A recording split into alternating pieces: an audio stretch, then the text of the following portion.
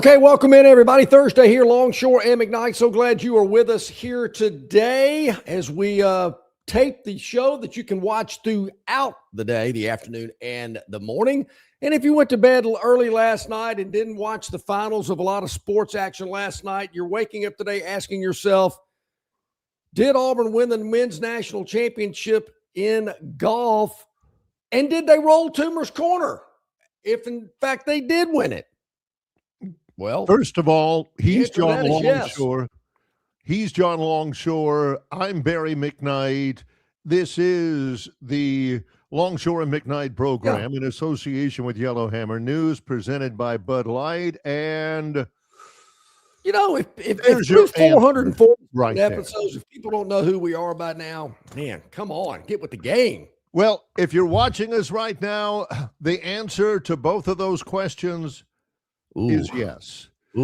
There is Toomer's Corner last night after Auburn men's golf wins the national championship for the second time in 3 years. They beat UCLA, never trailed in yesterday's NCAA championship final, distancing themselves on the back nine of the Omni La Costa North course to defeat UCLA 4-1.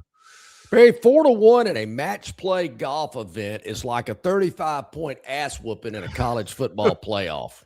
That's similar to that. I feel sorry for the guy that lost his match for Auburn, but he still won a national championship. But 4-1 in golf is pretty dominant. Can you go back to that picture real quick? Because okay. I don't know what location had more people. This one that we're showing at Toomer's Corner, or the crowd assembled for the awards presentation after the match was won yesterday. I got to think maybe there were more people at the awards presentation. I'm going to say maybe 35 or 40. Yes. Looks like there's 20 there at that gathering there at Toomer's Corner. Hey, people have told me it doesn't matter how many fans show up. I've heard that before, so I'm going with that again here this morning. Well, there's several quotes in there that I think are apropos to this thing. The national championship winning coach, Nick Kleinert, afterwards says this, quote, "It brings tears to my eyes. I love them so much, and I love Auburn and our program. I'm very grateful." Family. Can we get the fight song in the background slowly, kind of like after a fumble? You know, freshman in the leadoff match, freshman Logan Riley won the first hole, never trailed against UCLA's Alex Papaioannou. Doesn't that sound like a golf name? Logan Riley. Logan Riley. Only if it had been Logan Riley the third. Riley, quote, says, "It means the world, and you can't dream of anything better, especially with the feeling of all the guys and the Auburn family behind you and supporting you." And again, Coach Kleinert says, "I love them so much, and I love Auburn and our program." And the third quote, the third quote comes from, who is this? I think it's Smedley Butler or Enos Wadley. Smedley Butler or Enos Wadley. Yeah. And it says, "Even with their crappy year, the Aubs are winning a natty." You know where that's coming from. That's from the TiderInsider.com. I haven't seen it on the River Region Straw chat line yet. Well, it has been a tough athletic year, so this is a nice transition to a championship, second and third year. Hey, JC, I'm watching you, buddy. What's going on in Tuscaloosa? Got a $50 million facility up there, and you're letting your in-state rival win 2 natties in 3 years. Just saying. It was an I didn't watch it all. I watched a lot of it. Golf Channel. Yeah, it was on Golf Channel yesterday. And I was impressed, and certainly have been impressed with Jackson Koivan. I believe is how you pronounce his last name. He has won what's equivalent to the Heisman Trophy in golf back-to-back years, the Ben Hogan Award. And rated as the number one amateur golfer in the world. Yeah, he's impressive. Right, he had a shot out of a fairway bunker last night. Pretty difficult shot, no doubt. I believe it was the lie wasn't perfect, kind of downhill slightly. He knocks it up there about 4 feet. That's a PGA type shot. And the commentators said so. And I did too after I saw it hit the green and check up, and is about 3 feet from the cup. But very impressive. Was that a late photo? Because obviously there was some toilet paper in the trees, but there weren't a lot of people hanging around. You know, I know it's summer school. I apologize to all our viewers because I should have anticipated that from John. You know, hey, every time Auburn does anything remotely good, let me see. First thing John asks is, hey, are they going to roll Toomer's Corner? Now and that they legitimately have a reason to roll Toomer's Corner, now John's saying, I question the timing of this photograph. Is this an early photograph or a later in the evening? Was this actually done last night? Because I see some people with some jackets on. It was kind of hot. I don't know about that. This could be. Anyway, well, Barry was prompt in sending it to, well, not the VIP, but the personal text line. So he made sure that I got a photo of this last night. Really appreciate that. Yeah. Because I was wondering. Well, yeah, he did ask, and I did assure him. I promised him. Yeah. That they were going to roll Toomer's Corner if they won the national championship. And they did. They did.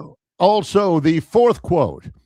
Coach says, I love Auburn. The freshman who had the leadoff match says, the support of the Auburn family. Smedley Butler says, even in the middle of a crappy sports year, the Aubs are winning a natty. Butler.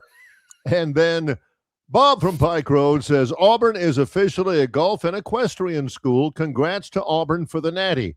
Yeah. This has maybe turned the Auburn athletic department around after a 6 or 7 year period of, and Bob has coined this phrase, and boy, he loves it. Yeah. Disaster in the pasture. You should have gotten that one trademarked, Bob. You should have made a little money off that one. Here's another thing, Barry. September the 12th, the first official timeout in the first quarter at Jordan-Hare Stadium. The golf team will be recognized in the north end zone at about the 10-yard line. So I'm expecting that fan base to give them a big salute and applause for winning the national championship, second in 3 years. A 4-1 thrashing. That is a thrashing, ladies and gentlemen. It sounds like it. It is. I don't know, but it is a thrashing. Yeah. And some of the, peel the layers of the onion back a little bit. It wasn't like they just won 4-1. I mean, these guys dominated the 4 wins. I mean, they were up big in these matches. Yeah. And what I was watching, I mean, I think UCLA knew early they were done and demoralized. Coivan trailed after 2 holes, and then he said, "Oh, okay, I think I better go." And he obliterated that guy. That's another good sign. You're down early. Yeah, so what? It's okay. Got 16 more holes. We're good. Don't worry about it. John has enjoyed that strategy before when you're playing for a little coin. Geez. That guy Longshore, man, he's a duffer. Good gracious. Let's double up when we get to 3. Yeah. And well, let's say, so I've had it happen the other way as well. I had a guy I was playing one year, guy duck hooks it so bad off the first hole. I went, gee, this guy's terrible. Ends up beating me. So it can come back and get you the other way too. And technical. All right, we've already heard. Hey, was this really Toomer's Corner yesterday? We're about to hear something about is somebody going to step up and steal this Aub golf coach who has won 2 natties in the last 3 years? Are they going to run him off like they did swimming coach dude? Yeah, golly, I got to remember. You're going to hear about all of that. That's the Dave Marsh scenario. Yeah. Very nice. Not the Gene Marsh, which was a little bit worse, but the Dave Marsh. And also, you're going to hear something about listen, when it gets to the start of football season and they lay an egg against Baylor, the fans ain't going to care about the Natty. You know, the first home game, technically, John says when they give out the plaudits for the golf team on the first time out of the first quarter, it's going to have to be in Atlanta. The first real home game is against Southern Miss because they did give away that home game, which I still. They usually don't do that type of stuff at a neutral field. They wait till they get the big home crowd there and, you know, the big cardboard cutout of a check or something like that. If that's the case, then wait another week when the Gators come in. Oh, no, got to take care of business against. Ain't got time for that kind of stuff. You got to squarely focus on the matter at hand, which is to get Southern Miss. We can do all this pomp and circumstance stuff when they show up. I told you the story last Thursday.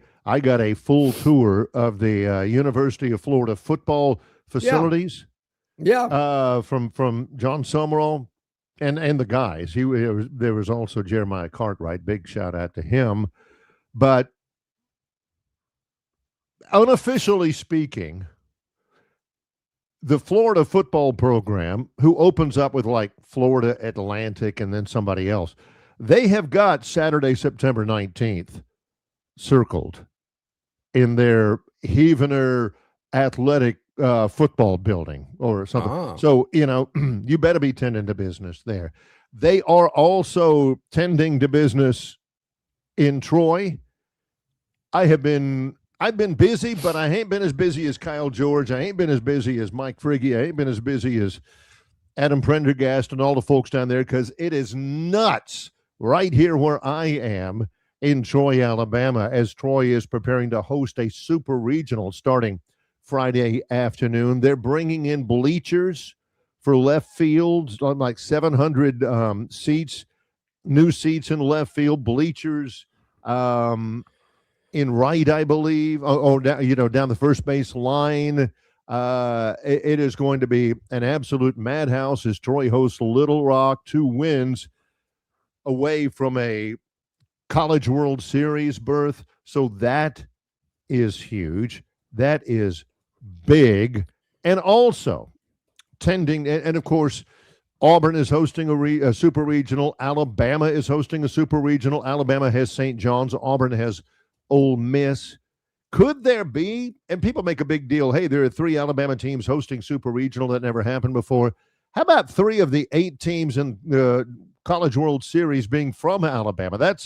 That's a possibility. I'm not counting, believe me, I'm not forecasting anything for Troy. You've got to handle this deal. But 3 Alabama teams in the 8-team field in the College World Series, I am all about that. Yeah, also, no doubt. Very impressive. 3 teams from the state hosting super regionals, 2 tomorrow, 1 on Saturday. Could 2 or all 3 of these get to Omaha? Could they face each other in the College World Series? Bama, Troy in a game in Omaha? Say it isn't so. Also, taking care of business in game 1 of the NBA Finals last night. We got an hour before that, unless you want to go ahead and talk about it. There were 200 total points scored. Right on the button. Yeah, 200. Well under the total. Very comfortable last night, Barry. Very comfortable. Yeah. I will say this because I don't want us to give too much away. I don't think I've ever seen an NBA team hustle as more as the New York Knicks do. They were down 14. They had to scramble. John's exactly right. They had to. I mean, they're going after loose balls. They're going after trying to steal the ball. They're tapping it out of bounds. Whatever they can do, they've passed the ball extremely well. And Brunson, I mean, he ain't the biggest guy on the floor, but nobody outworks that guy. He's hurt. Unbelievable. He was not 100%. He was hurt. But Jalen Brunson was the man. He scored, I think, 30 points in 37 minutes. Unbelievable. Yeah, one quick scenario in the game late. Yeah, I think the Knicks had the lead at the time. But, you know, these big guys are going up for rebounds. Brunson just jumps up and slaps it to one of his players, knowing he can't get the rebound. Yeah. Jumps up, slaps it to one of his players, and he goes to the corner. The guy throws it to him. He knocks a 3 down. I thought, man, that is I'm not saying that was looked like me back in the day, because believe me, it wasn't. I was just hanging over there in the corner waiting for somebody to throw it to me. Yeah, he might have been the guy waiting for somebody to slap the rebound to him, but he ain't going up there and, skying for the rebound or anything. So I don't really want to get into it deeply because we'll wait until the Phantoms Daily Dog in about an hour. But when we come back from our first break, Barry, there is something that I do want to dive into that happened yesterday that I'm just thinking, you know what that means. The lip flutter and the head shake. You know what's coming. See, and people do that. People go, those are Jackson John's actual thoughts. I mean, that's actually running through his head, the lip flutter.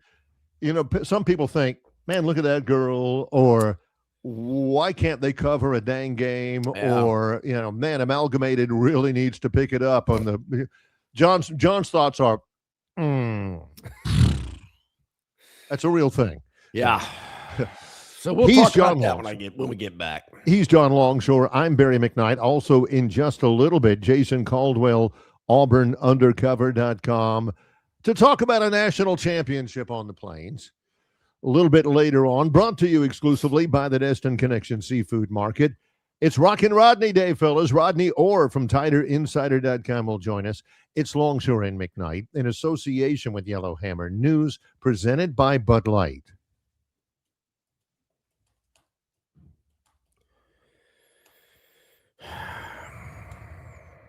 Phoenix Physical Therapy is ready to help patients recover, recharge, and rise.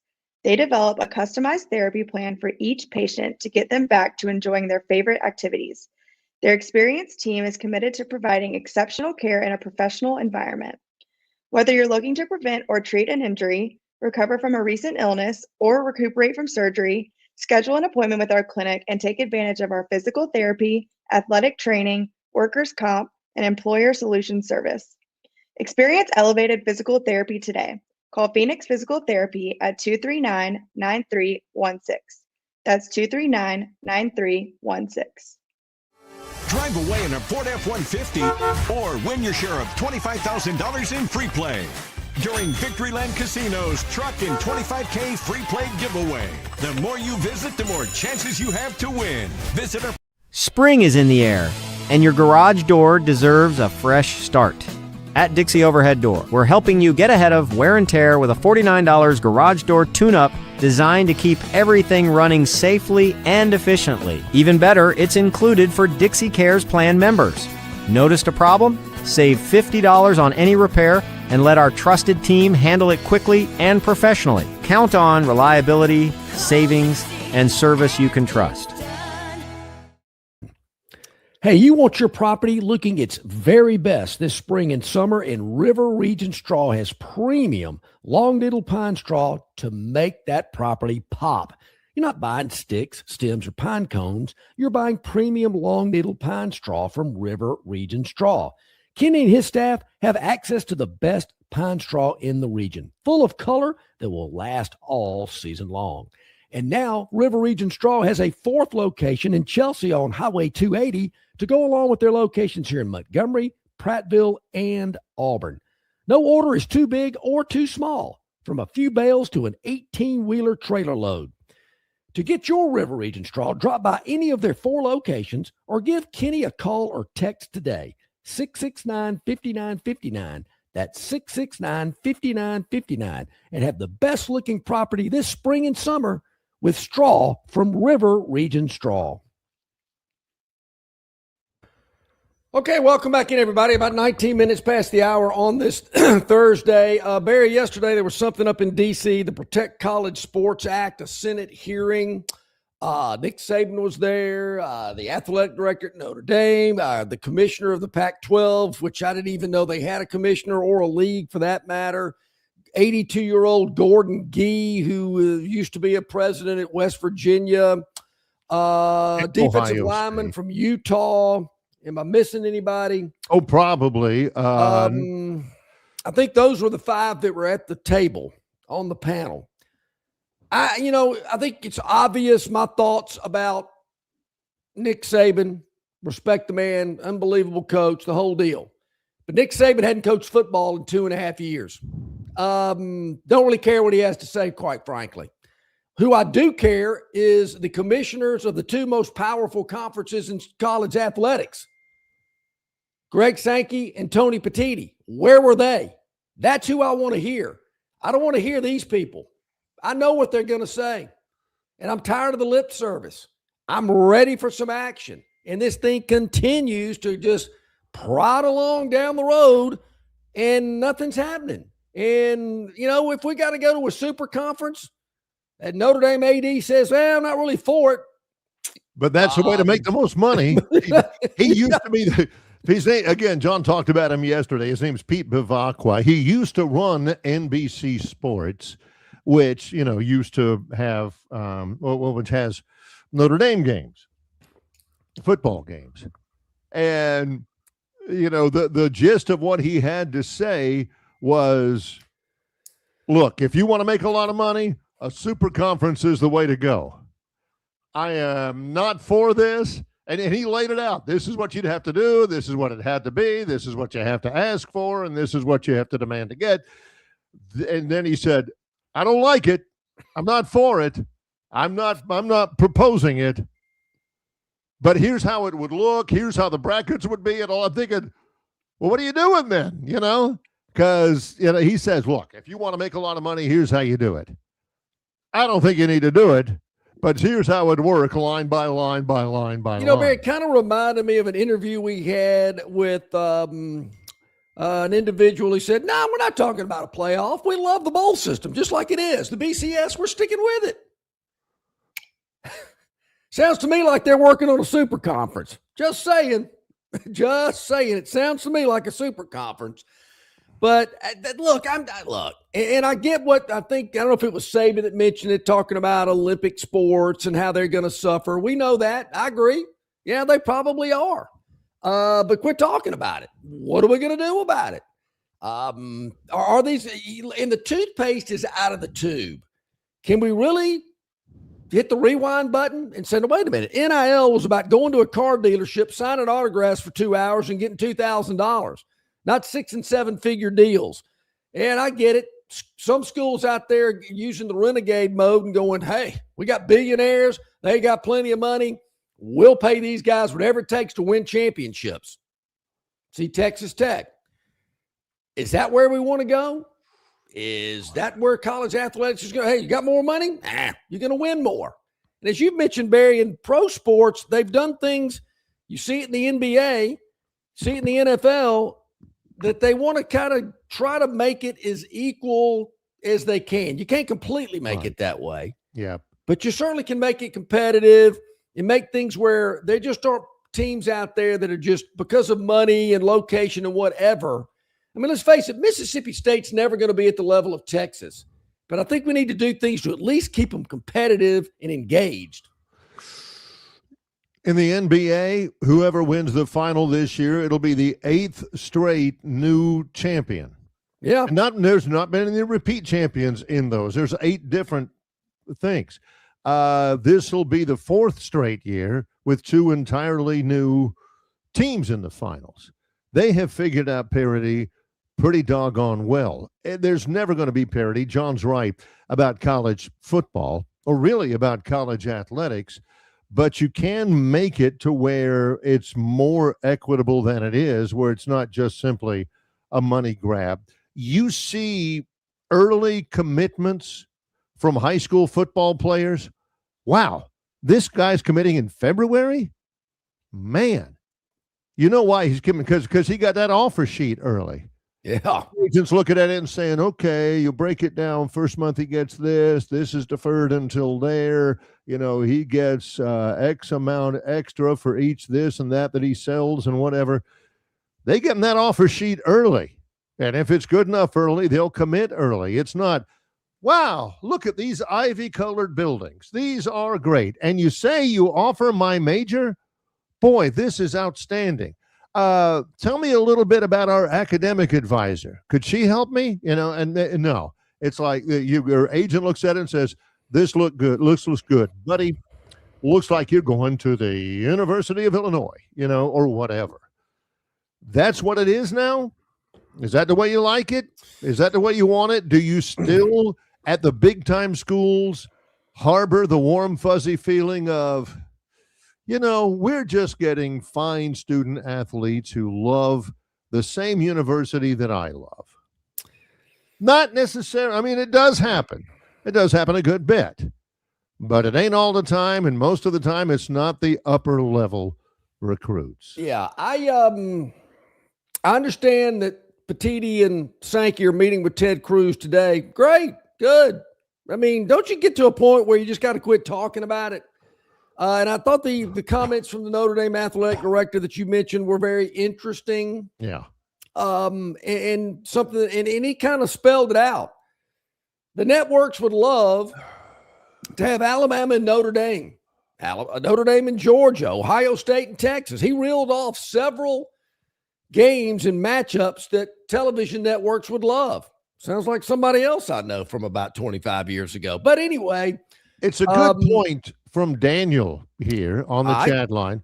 Daniel says Indiana and Texas Tech are proving very small schools, and Indiana ain't small, with ultimately little to no history, can win championships too now. Mississippi State, Ole Miss, etc., actually have a better chance now than ever. And that's true to a degree, because I mean, if you want to get all of your big donors together and say, look, guys, let's push all our chips to the middle. Give all you can this year. Let's not space it out. Give all you can this year. Let's buy us a roster and let's go for it. Next year, we may stink, and that's the difference between the Ohio States and the Texases and the Texases. Yeah, A&M, and I is wonder, that those are the schools that can do it year after year. Ole Miss and Mississippi State, they can pony up one big time and take one big shot, but they ain't going to be able to take that shot every year. and I wonder, yeah, exactly. Do schools out there like Mississippi State and others have the Mark Cubans that certainly helped Indiana and the old billionaires at Texas Tech? Yeah, and Phil Knight at Oregon. I mean, and I mentioned earlier, Auburn's got a couple of billionaires. I don't know why they're not tapping into them. I don't want to give them any ideas, but if what you need is billionaires to be successful, there's a couple that Auburn's got on the alumni list. Might want to give them a call today. Cam says he ain't going to do it. Stop calling him. He ain't going to do it until I'm not sure he starts seeing some results. Yet, but I was thinking of a couple of other guys. Oh, I'm not talking about him at the top of the list. No, but Tim Cook. Well, I know Jimmy Rain gives and gives and gives until it hurts, but there's several other guys out there, and you need them. Yesterday was a bunch of nothing. I got to think Saban's going, why do you people keep calling me up here? These are incredibly complex problems.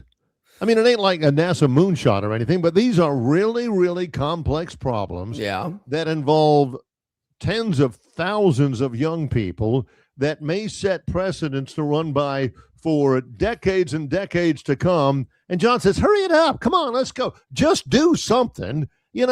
I'm tired of sitting here and watch. These are complex issues. I could just see John in Congress right now. Representative Longshore over there saying, just vote on what we got. I'm tired of talking about it. Forget all this back and forth, and I'll yield my time to you, Congressman, and all that kind of stuff. Can we just vote on something, get it going, and live with it and move on? You got to have a little patience with these things, John. Well, you got to have a little. But how much patience do we have to have? I mean, how many times have we heard about these hearings, these discussions, these talks? The national media is all over it. I'm thinking, what in the world is going on here? A little less talk, a little more action.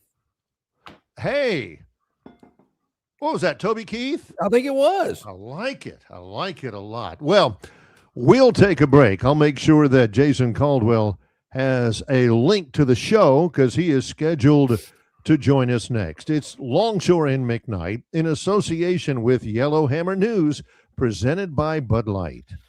Hey, folks, how often do you think about your roof? Probably not often at all. I know I didn't. Hey, folks, how often do you think about your roof? Probably not often at all. I know I didn't until I needed a roof replacement. And I call my friends at Roof Life. Whether it's roof inspections, roof repair, or insurance roof replacement, Roof Life is there for you. They use the highest quality products, top quality craftsmanship, and if you're like me, your roof can be replaced in one day. So if you're in need of a roof inspection, roof repair, or insurance roof replacement, get in touch with my friends at Roof Life today.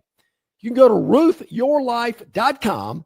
That's roofyourlife.com, or dial them up locally at 334-306-6712. That's 334-306-6712.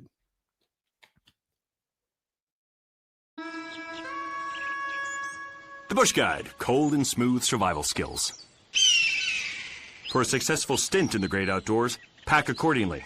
Place heavy essentials near your spine for stability in rough terrain, with light items near the bottom. Now, you may be wondering, where does the Bush Light go? In your stomach. Head for the mountains. Enjoy responsibly. Copyright 2023, Anheuser-Busch, Bush Light Beer, St. Louis, Missouri. Stivers Ford of Montgomery has F-150s over 16 grand off plus 2.9%. And your last chance for a tax credit on Lightnings. 17 grand in savings or 0% or $349 a month with zero down. Stivers Ford, where price sells Fords. Stivers Ford of Montgomery has Broncos under 35 grand. Bronco Sports under 24 grand. Rockies under 29 grand or $299 a month with zero down. And new Explorers 10 grand off or 2.9%. Stivers Ford, where price sells Ford.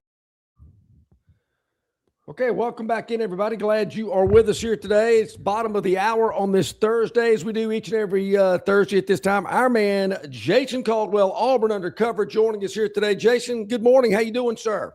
I'm good, guys. How about y'all? Doing well. Recap the national championship for the Auburn men's golf team, Jason. What was the timeline and the performance yesterday to sew it up? Yeah, really, just outstanding performance for them.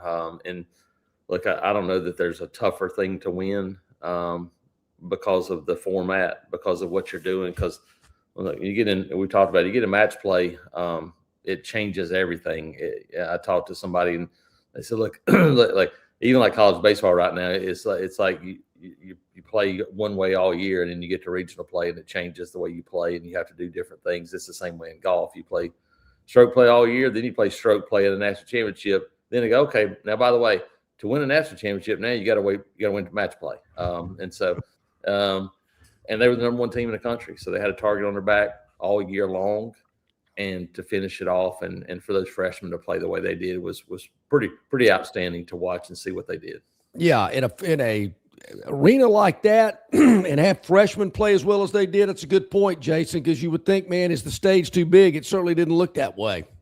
No, those guys played really well. Logan Riley was good, got the clinching point. But, yeah, those two freshmen did extremely well. And, look, it's just a testament to what these guys have done to win 2 and 3 years, just to be the consistent, effort and consistent performances that they've had. You can't say more about the job that Nick Kleiner and his staff have done to build a program, because that's what it is. And we just talked about it. Look, technically, all these guys can come back. Now, I don't think Jackson Coyven probably comes back again this year after he did last year, but he's got another year. But even if he doesn't, you got Caden Pope and the rest of these guys that could and should return. They keep adding guys, and so listen, this wasn't a drop in the bucket a couple of years ago when it happened, and even after Jackson Coyven, I don't think it will be again. You mentioned Coyven. I mentioned it to Barry just a moment ago. I don't know if you recall this shot. If you were watching this, I'm sure you were. You probably do. He hits a shot out of a fairway bunker. I don't know what hole it was. Ball checks up by the hole about 3 feet. I mean, that was a PGA Tour kind of shot. And the commentators were talking about it as well. I mean, I'm thinking college golf. Wow, how impressive.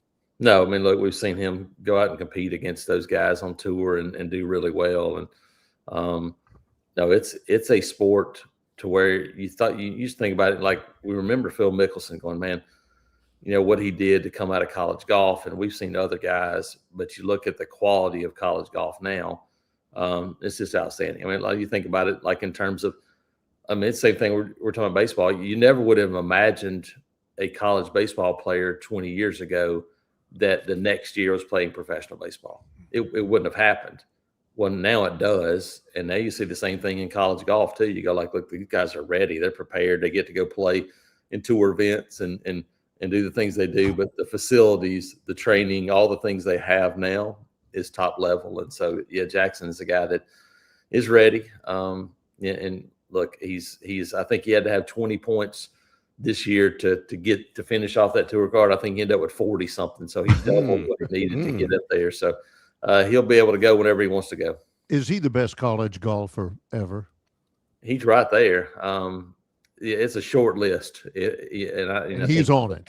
Yeah. I mean, you look at what he's accomplished and winning 2 national championships in 3 years. You think about the accomplishments he made. We mentioned Phil Mickelson, but you think about the Texas guys being Crenshaw and mentioned like Bobby Clampett, some of these other ones, but to do the individual side and then to win 2 national championships in 3 years, it's a very, very short list. So what's been the foundation? Is it Coach Kleinert? Is it facilities? Is it something that every other program in the department can kind of take a page from? What do you think? Yeah, I think it's a little bit of everything. I think the quality of golf courses in the area. Mike Griffin started the program and kind of got it going in that direction. And had some really good golfers. But I think it's been the consistency, the recruiting to continue to add players. And, we mentioned like the competition level for them is like, look, there's really talented guys on this team that weren't in that 5 group that were playing. And I think that's the thing you look at it going, no matter what sport it is, if you're a basketball team and you only have 5 guys, you're probably not going to be very good. Same thing for football. You got to have depth. And I think the same thing shows up in golf too, where you go, look, you got to have other guys pushing those guys.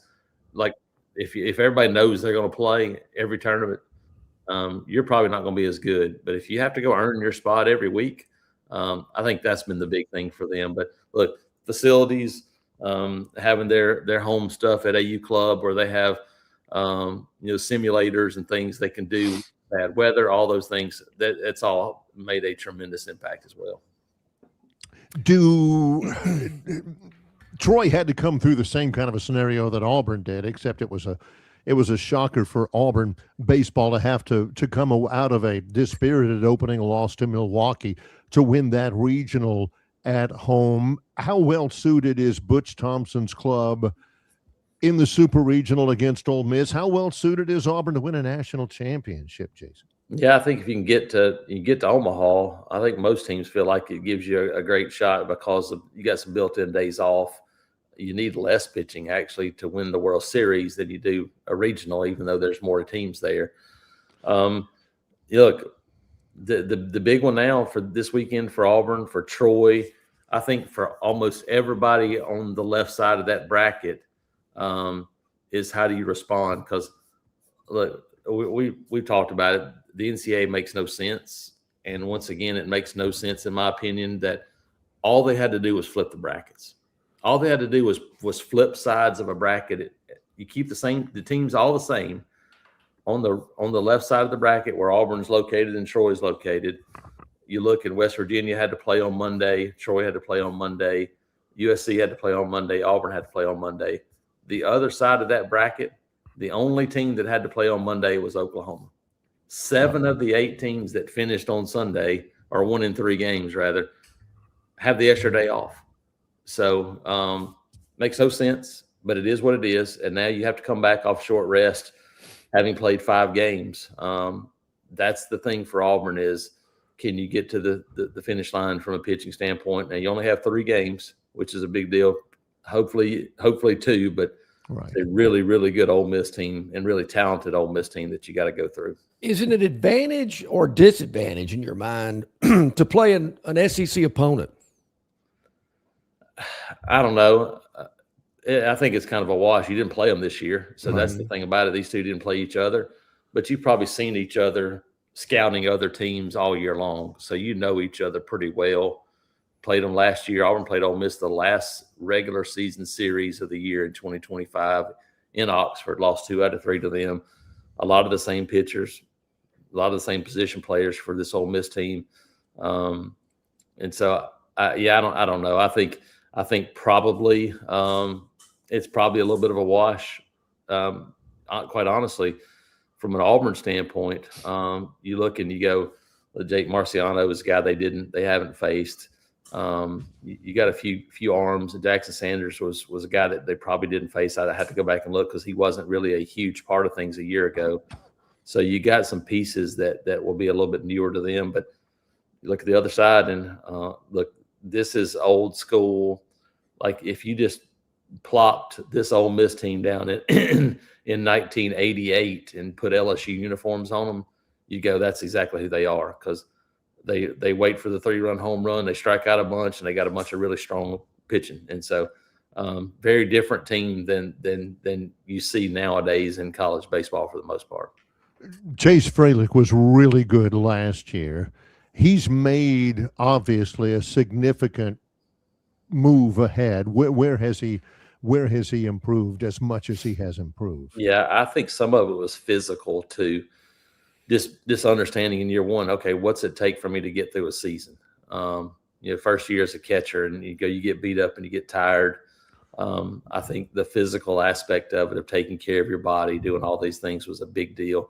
He actually trimmed down a little bit, lost some weight, and I think that's helped him because he's probably stronger than he was, but he's in much better shape than he was a year ago. Not that he was in bad shape, but you can see it now. But and just continuing to take the strides that you think young players are going to make. Obviously swinging the bat, you look at the difference in him.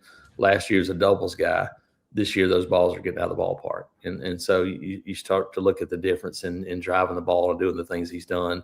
But leadership, calling pitches, calling the game, kind of running the show. He's done a great job. And look, the pitchers get a lot of the credit, but Chase Fralick deserves a ton of credit for what this pitching staff has done this year.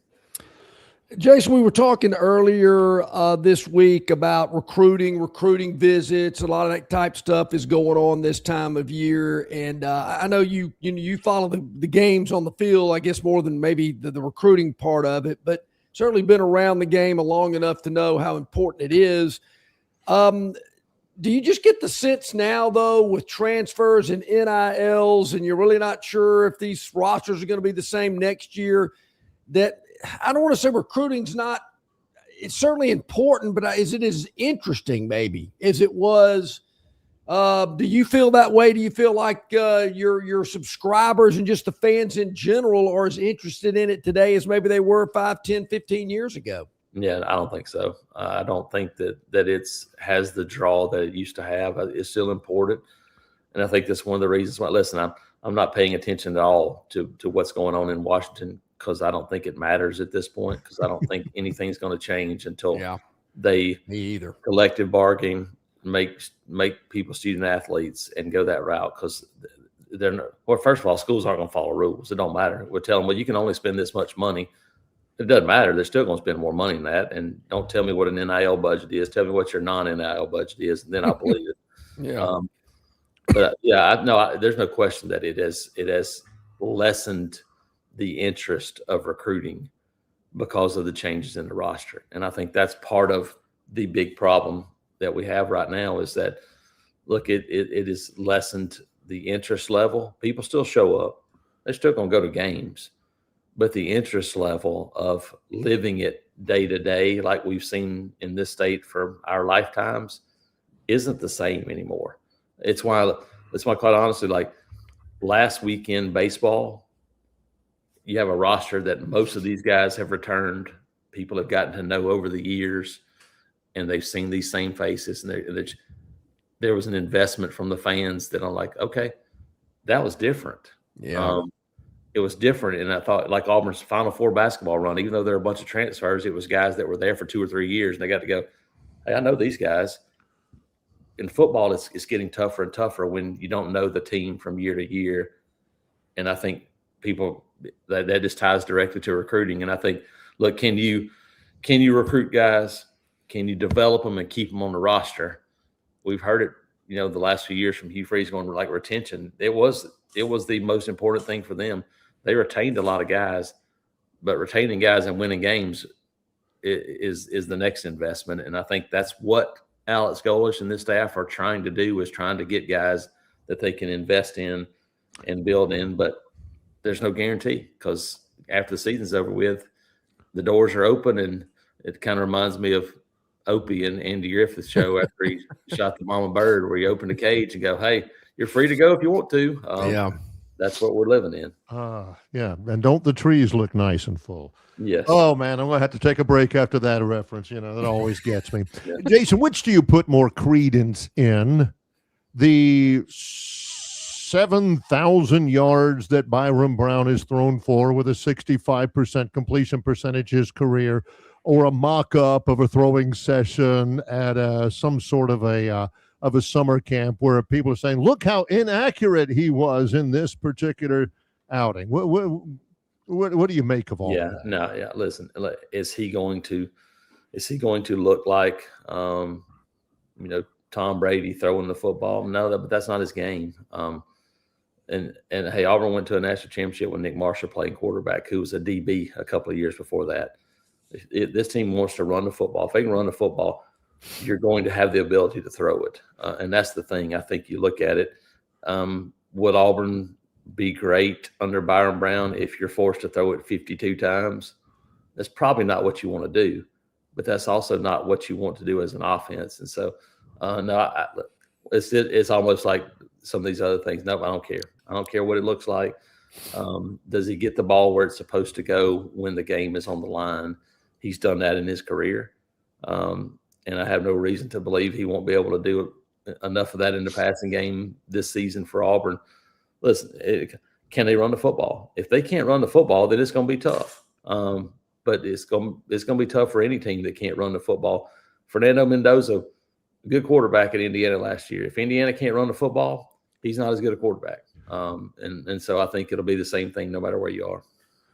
Always good information and good insight. Jason Caldwell, AuburnUndercover.com. They do cover recruiting thoroughly. So many other things, though. Jason mentions how the subscribers' tastes change through the years. So much more live video, so many more podcasts. You guys offer a lot of different media to cover everything having to do with Auburn athletics. How do people get involved? Yeah, it was a great year to up our golf coverage too. Christian Clemente went to the SEC championships in Sea Island, went to an NCAA regional in Georgia. Nice. Embedded himself with the team, did videos with Jackson Coyven and things. So yeah, it was a pretty good call to do that. But yeah, we've done a lot more golf coverage, and it paid off for them winning the national championship. But recruiting, basketball, obviously, football will continue to do that as well, and then baseball kicking up this weekend to see if the Tigers can get through 2 more wins this weekend against Ole Miss. So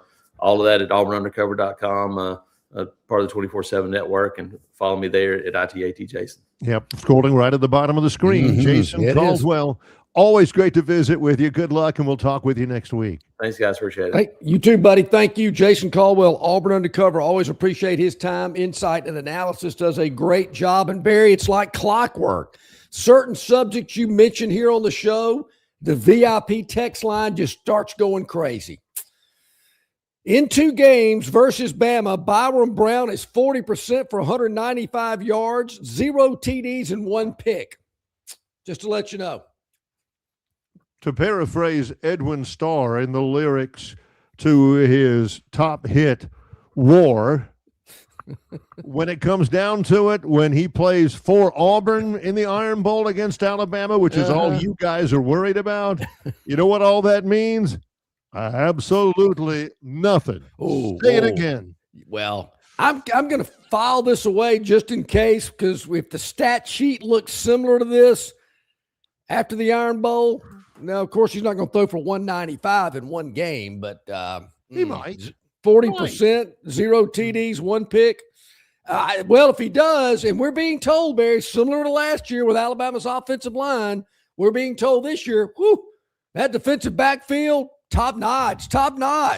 Well, we'll see. I'm not sure I'm believing anything I'm hearing in the offseason anymore after I got hoodwinked about how great Alabama's offensive line was this time last year from people that actually played football in this conference.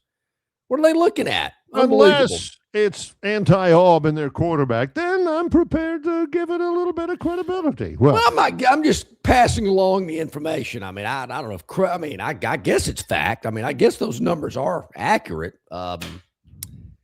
It's better than an opinion of watching a scrimmage. These guys are great. Oh, they're unbelievable. Better than the New England Patriots. John says he guesses those stats are accurate. They might not be accurate. But if they're not, he doesn't care enough about their accuracy to go look them up himself. You know how this format works out. Hey, Barry, what do you think about this? Well, that's not accurate. Oh, okay. I believe you. If you say so. Yeah. Not really concerned about it. Stand by. We've got more in just a moment. Let's take a break right here, catch up a little bit. It's Longshore and McKnight in association with Yellowhammer News, presented by Bud Light. Spring is in the air, and your garage door deserves a fresh start. At Dixie Overhead Door, we're helping you get ahead of wear and tear with a $49 garage door tune-up designed to keep everything running safely and efficiently. Even better, it's included for Dixie Cares Plan members. Noticed a problem? Save $50 on any repair and let our trusted team handle it quickly and professionally. Count on reliability, savings, and service you can trust. Sport. This isn't going to work. All right, man, grab a Budweiser and take a knee. It is the best time of the year. It's baseball season. That means sunshine. It means behind-the-back peanut tosses. And it means sharing some cold, frosty Budweisers with your boys. Because there's nothing more American than watching America's game with America's beer. So let me ask you something. Are you ready to bring your A game? Are you ready to cheer every frozen rope down the line and amazing catch at the warning track? Are you ready for pitcher's duels and slugfests? Tell me, are you ready for the thrill of an incredible walk-off victory? I can't hear you. Are you ready for Budweiser and baseball? Then get on your feet, raise an ice-cold Bud, and let's make this season larger than life. Great times are waiting. Grab some Bud! Enjoy responsibly. Budweiser Beer, Anheuser-Busch, St. Louis, Missouri. The Bush Guide, cold and smooth survival skills. If you encounter one wolf, chances are there's a pack nearby. Fortunately, the same applies to beer. Head for the mountains of Bush. The Bush Guide, cold and smooth survival skills. To avoid going in circles, make note of recognizable landmarks, like that. What's wrong with going in circles? Different circles, Ross. Okay. Head for the mountains.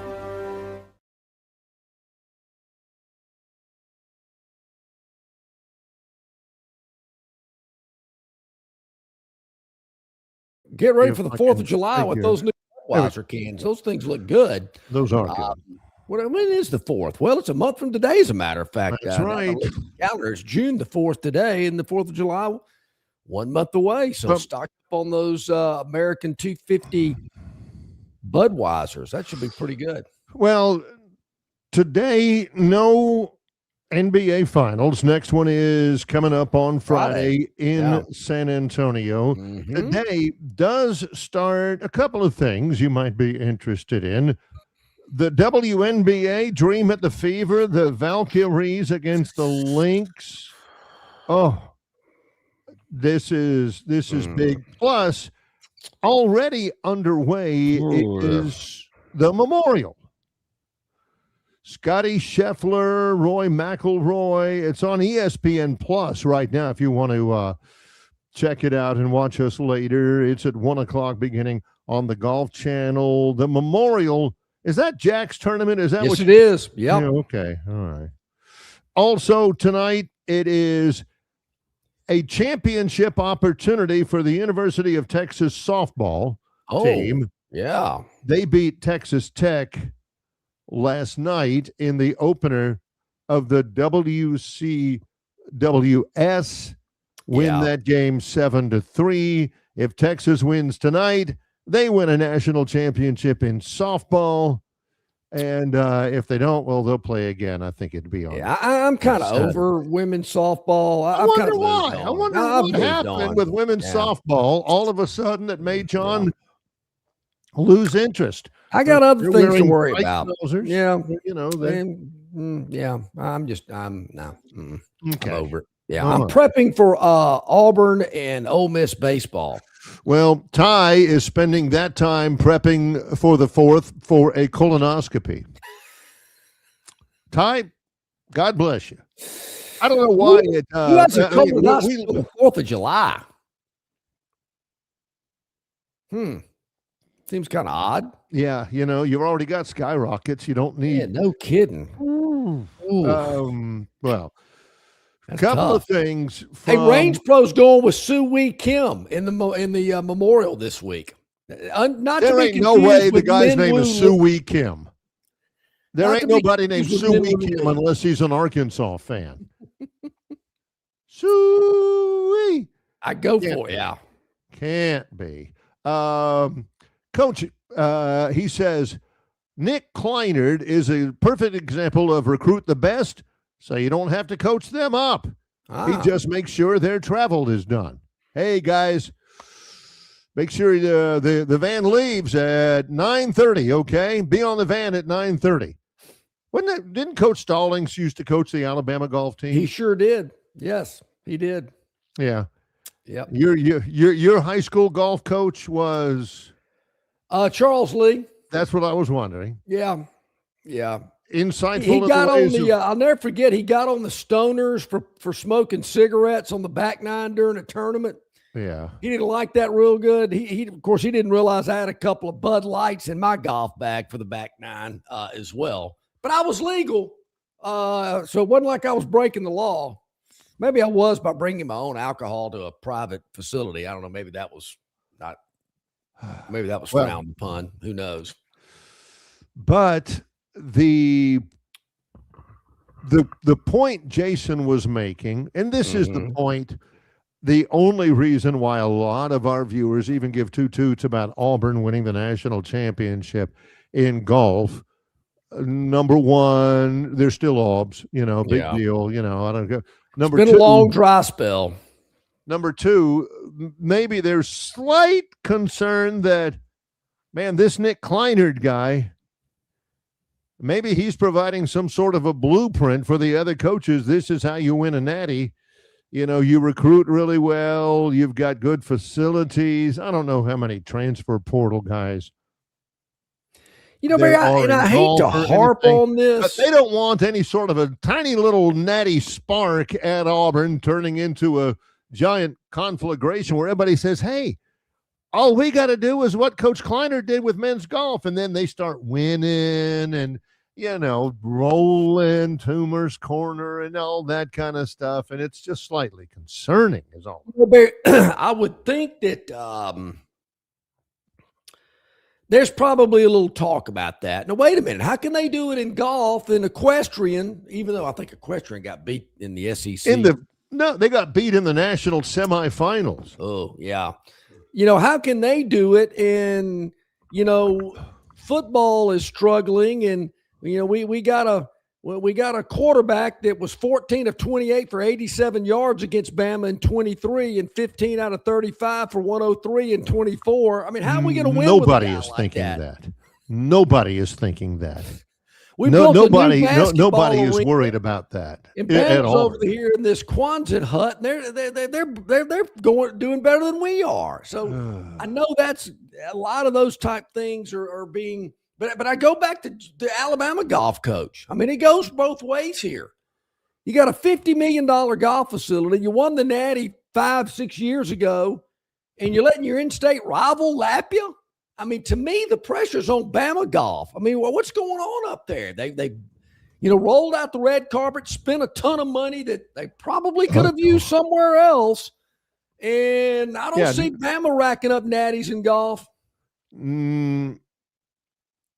Nate Oates is probably looking daggers at J.C. Well, going, you win the, you get all that money. You know what you could do with $50 million at Coleman Coliseum? blow it up.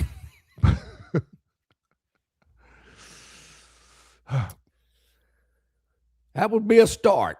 But Alabama men's national championships. Yeah. In all seriousness, Barry, in all seriousness. Oh, the last NCAA, John says, 5 or 6 years ago, their last NCAA championship was 12 years ago. Man, 2014, led by the guy that John never calls by his full name. He just familiarly calls him because they're big buddies. He calls him JT. That was 2012. Wow. 6 years ago. That's that long ago. Man, how time flies. So look what's happened in 12 years. $50 million facility and nothing to show for it. Anyway. Is Jerry Pate still with us? Jerry Pate is still with us. He certainly is. He's paying all. He donated and designed that Old Colony course, right? Yep. He's like, I spent all this time on it. Come on, guys. Yeah, let's go. What are y'all waiting on for me here? But I will say this, Barry. I think it's a good turn the page, something new for Auburn, a national championship. They could roll Toomer's Corner. Sure. Do they roll it if they win their super regional, or do they wait to see what happens in Omaha? Oh, yeah, you wait. You wait. Okay. All right, that'd be good. Now, I don't want to go out on a limb and say, hey, they're going to win the national championship in baseball because I got to see what the field's made up of first. But that's huge, yeah. I'm with you. All right, Rodney Orr, the Tighter Insider, scheduled to join us here to kick off hour number 2. Of course, he's brought to you exclusively by the Destin Connection Seafood Market. Let me tell you what Range Pro's got going on. Check this out.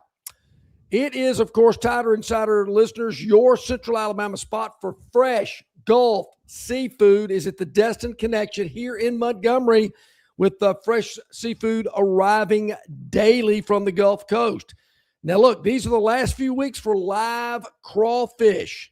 So call today, 288-4272. That's 288-4272. And reserve your sack for tomorrow or Saturday. The spicy boiled crawfish are also available, but the season ends soon. So call today, 288-4272, or just drop by and see them, 3750 Norman Bridge Road, the Destin Connection Seafood Market. Rodney Orr will join us in a moment on the other side of this top of the hour timeout. He's John Longshore. I'm Barry McKnight. It's Longshore and McKnight in association with Yellowhammer News, presented by Bud Light. Big news for Central Alabama travelers. Getting to Texas just got easier. You can now fly nonstop from Montgomery to Houston with United Airlines. No long drives, no layovers, just smooth direct travel from your hometown airport. Whether it's business or a weekend getaway, Houston is now just one flight away. Spend more time there and less time getting there. Fly nonstop to Houston. Fly MGM, where travel feels easy. Book your trip today at flymgm.com. During Dixie Electric Plumbing and Air Jurassic Challenge, replace your system by July 31st, and you could win up to $2,500 back for the oldest HVAC system or $1,000 for the oldest water heater. Call Dixie and it's done. The Destin Connection Seafood Market at 3750 Norman Bridge Road in Montgomery has the freshest seafood direct from the Gulf of America. I'm talking red snapper and grouper, all sizes of Gulf shrimp, jumbo lump crab meat and crab claws, Louisiana Bay oysters, and New Bedford scallops. They are a full-service seafood market and kitchen serving po' boys, dinners, and sandwiches. You know, many well-known restaurants in the river region purchase their seafood from the Destin Connection because they know it's the absolute best. Call ahead and your order will be ready for pickup. The Destin Connection Seafood Market, 3750 Norman Bridge Road. Call 288-4272. That's 288-4272. Okay, back at it here, several minutes past the top of the hour. That means our man Rodney Orr, the Tighter Insider, brought to you by the Destin Connection Seafood Market, joining us here today. Hey, Rodney, hope you're doing well. Well, I see Rodney. Hang on, let's see. I think I see him. Unmuted. I think he is. I think Rodney has muted himself. There we go. Hey, Rodney, how you doing today? Sorry, guys. I'm doing well. How are you? We're doing really well. First of all, let's talk a little baseball. It was dramatic for Alabama baseball. Rob Vaughn's crew got a late home run, able to move out of a regional. First of all, talk a little bit about that, about the tone for that. And also, Coach Vaughn he ended up spending, he get like 500 tickets for the students. He said that, he needed more from the crowd than what he got in the first little bit of that regional. Rodney, do you agree? Yeah, I mean, I think so. Again, I think as they continue to, there was a time when Alabama baseball, as you guys know, they'd fill it up. Yeah. Alabama supports a winner, and if anything falls short, you know how it goes. And I think actually, like I said last week, I think John or Barry, one of you asked me the question, and honestly, I think softball has been kind of drawn more interest from fans because of the success that they've had. And but now I think baseball's picking up. I think I'm starting to hear a lot more fans talking very highly of Rob Vaughn, the excitement level, the enthusiasm they have for the program that it appears that he's building. He's taken a good roster, not a great roster, but a good roster. They found ways to win games. They won 18 games in the SEC. Phenomenal feat, going 18-12. And now here they are on the verge of going to the College World Series. I don't think any Alabama fan, envisioned this for this team this year.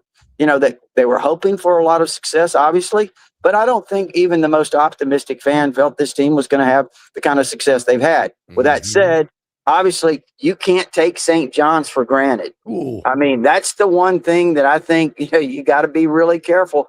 Doesn't really matter what the fans think, but the team, and I think Rob Vaughn's done a really good job of keeping his team's attention through the year, through this season. Yeah, I'm with you. I think they've exceeded expectations when we were talking baseball back in February compared to where they are today. I agree, Rodney, and certainly you mentioned St. John's. They go down to Tallahassee, a 10 overall seed, and beat the Seminoles twice in their home park. So, this will certainly not be a cakewalk for the Crimson Tide with St. John's coming in on Saturday for the first game. Recruiting. We've talked a lot about with you about recruiting over the years. You had mentioned last week when we were together that this class might be 12, maybe 15, 18 tops. High school recruiting still seems to be a very big focus for this staff, Rodney, but I also thought it was interesting, a couple of reports throughout the week about what schools are spending on NIL. And several that I saw had Alabama in the top 10. So to me, it looks like not only are they focusing on recruiting high school talent, but obviously trying to do what they can in NIL as well, being in the top 10 in the NIL rankings.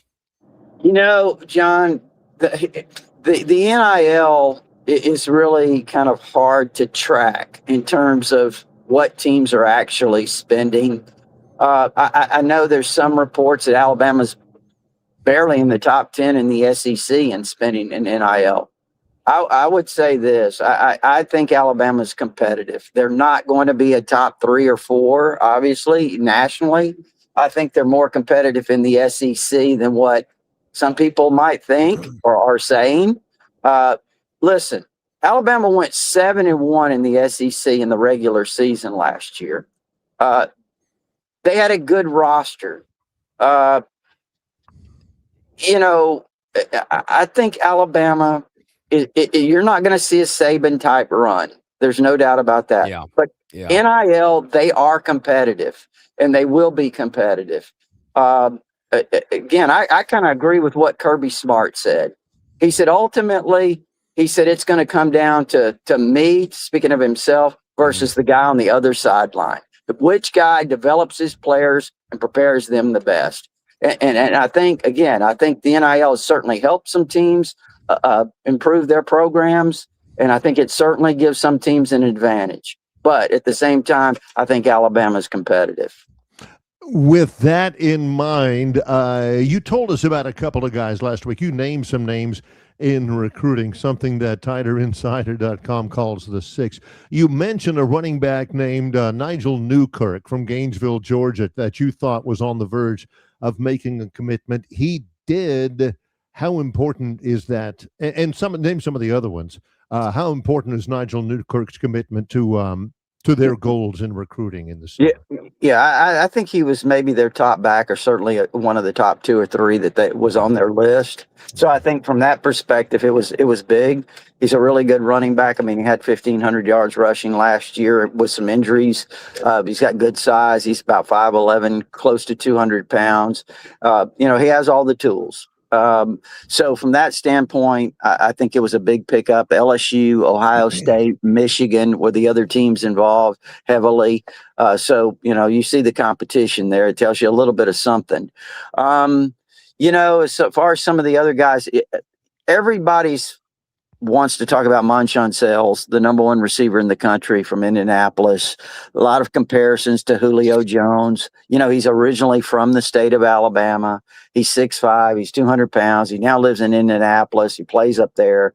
And I said last week, if you remember, if you saw on the on the recap we did after the visits this past weekend, that a source very close to a current Alabama commit told me point blank that he expected Marshawn Sells to sign with Alabama. Now, this was someone that spent a lot of time with Marshawn on his visit to Alabama last weekend.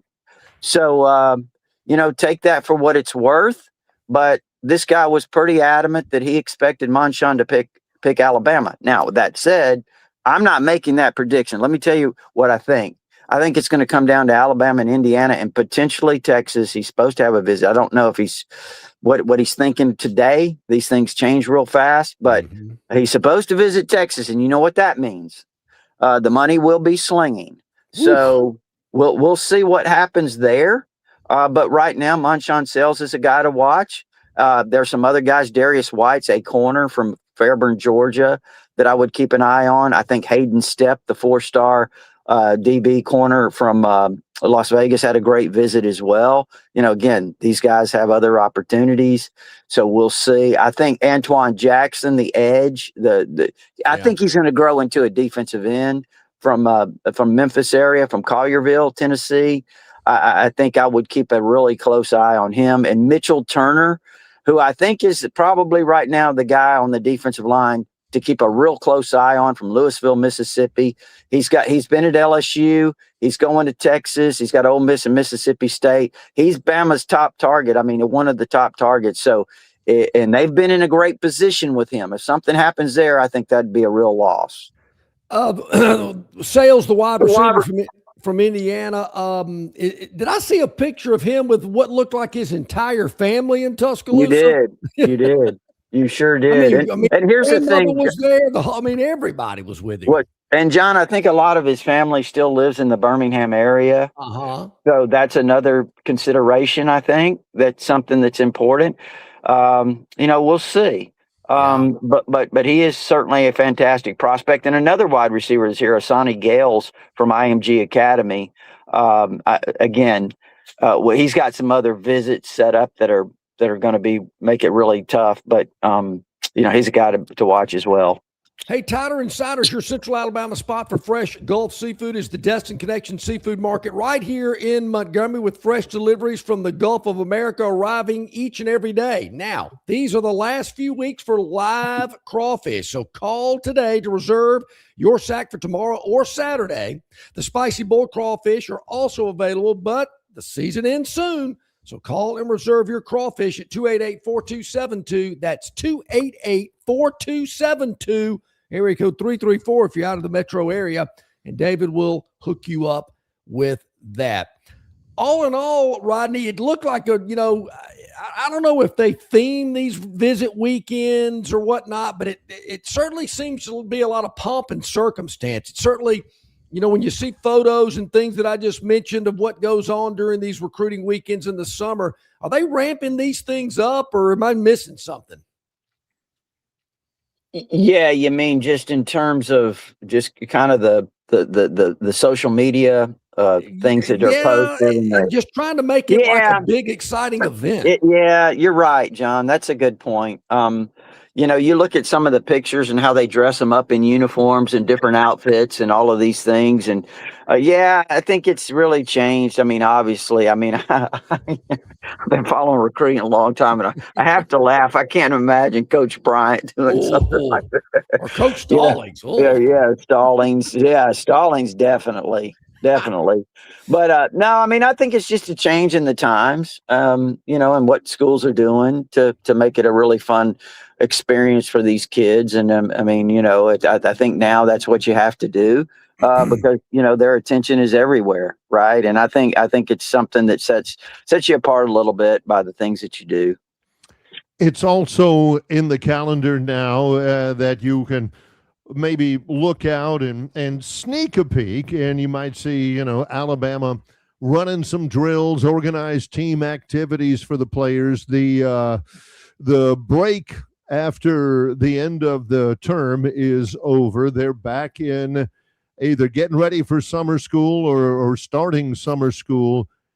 And that has changed as well. And it used to be, hey, make sure you eat well during the summer. We got your job set up, watching the sprinklers go off at the local golf course. And we hope to see you back in early August. They're there all the time right now. What's important right now in the OTAs and all the drills and all the off-season stuff that the fans don't ever get a chance to see and appreciate? Yeah, unfortunately, the media doesn't get a chance either. Right. Yeah, but no, really, what they're doing now, and I know they've already started their what they call the PLPs, player-led practices. Okay. So that's what they call them, and that's what they're doing now. And I know last week I got a report, and it wasn't really anything big, just some of the impressions on some of the young players defensively. And but I think that obviously they do a lot of 7-on-7 work. I mean, David Ballou and his strength conditioning staff now have them during the day too, and they go through their workouts. And I think a lot of it is not just in the weight room, but obviously conditioning, things that they want to be prepared for when camp opens in August. You're right. It's a year-round deal now. Now, I will say this, usually from spring practice, the end of spring, A-Day, until the start of this in early June or late May, they don't do a whole lot. You want to get your body rested, recovered, because think about this. You go through this long season, then all of a sudden, 6-7 weeks later only, there's not a lot of different time between the end of the season and spring practice now. So you go through a spring practice, so you got to get some rest somewhere for your bodies to recover. And I think that's a valuable time there leading up to what we're doing now.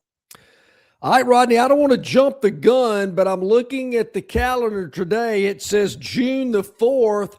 Are we a month away from the Firecracker 5?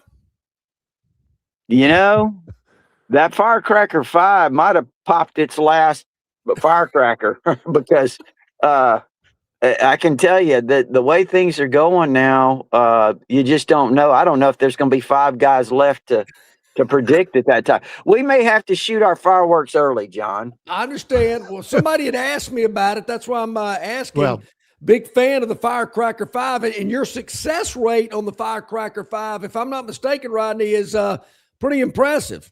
Yeah, but and it's going to probably be challenged a little bit this year. But I think we may have to go about a week early. I think we actually went a week early last year. Now that I think about it, awesome. And yeah, because John, they set up these commitments, July 1st or end of June, and so we want to be able to predict guys before they commit.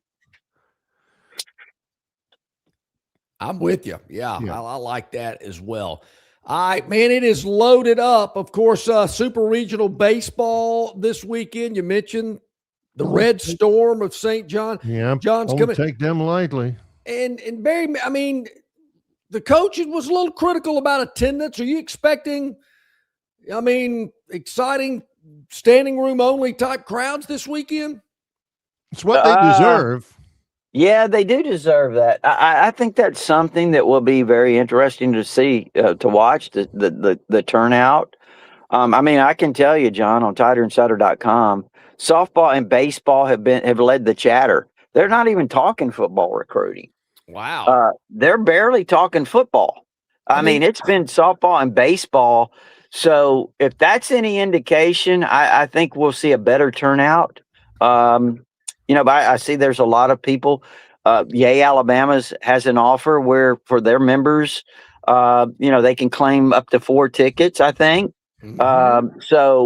I think there's a big push to get the crowd there, and I'll be surprised if it's not a good crowd. I would be too. Now, please don't tell me that they've stopped taking little fun jabs at other schools and other programs in this conference or in this state, for that matter. I mean, please tell me Tiger Insider is still doing that. That'll never stop. Yeah. That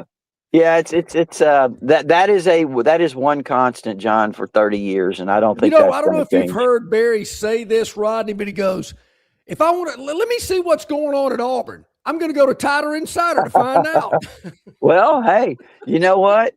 You got to keep an eye on the competition. You always have to know what the competition's doing, and I guarantee you, on TigerInsider.com, they'll keep you abreast. Yep.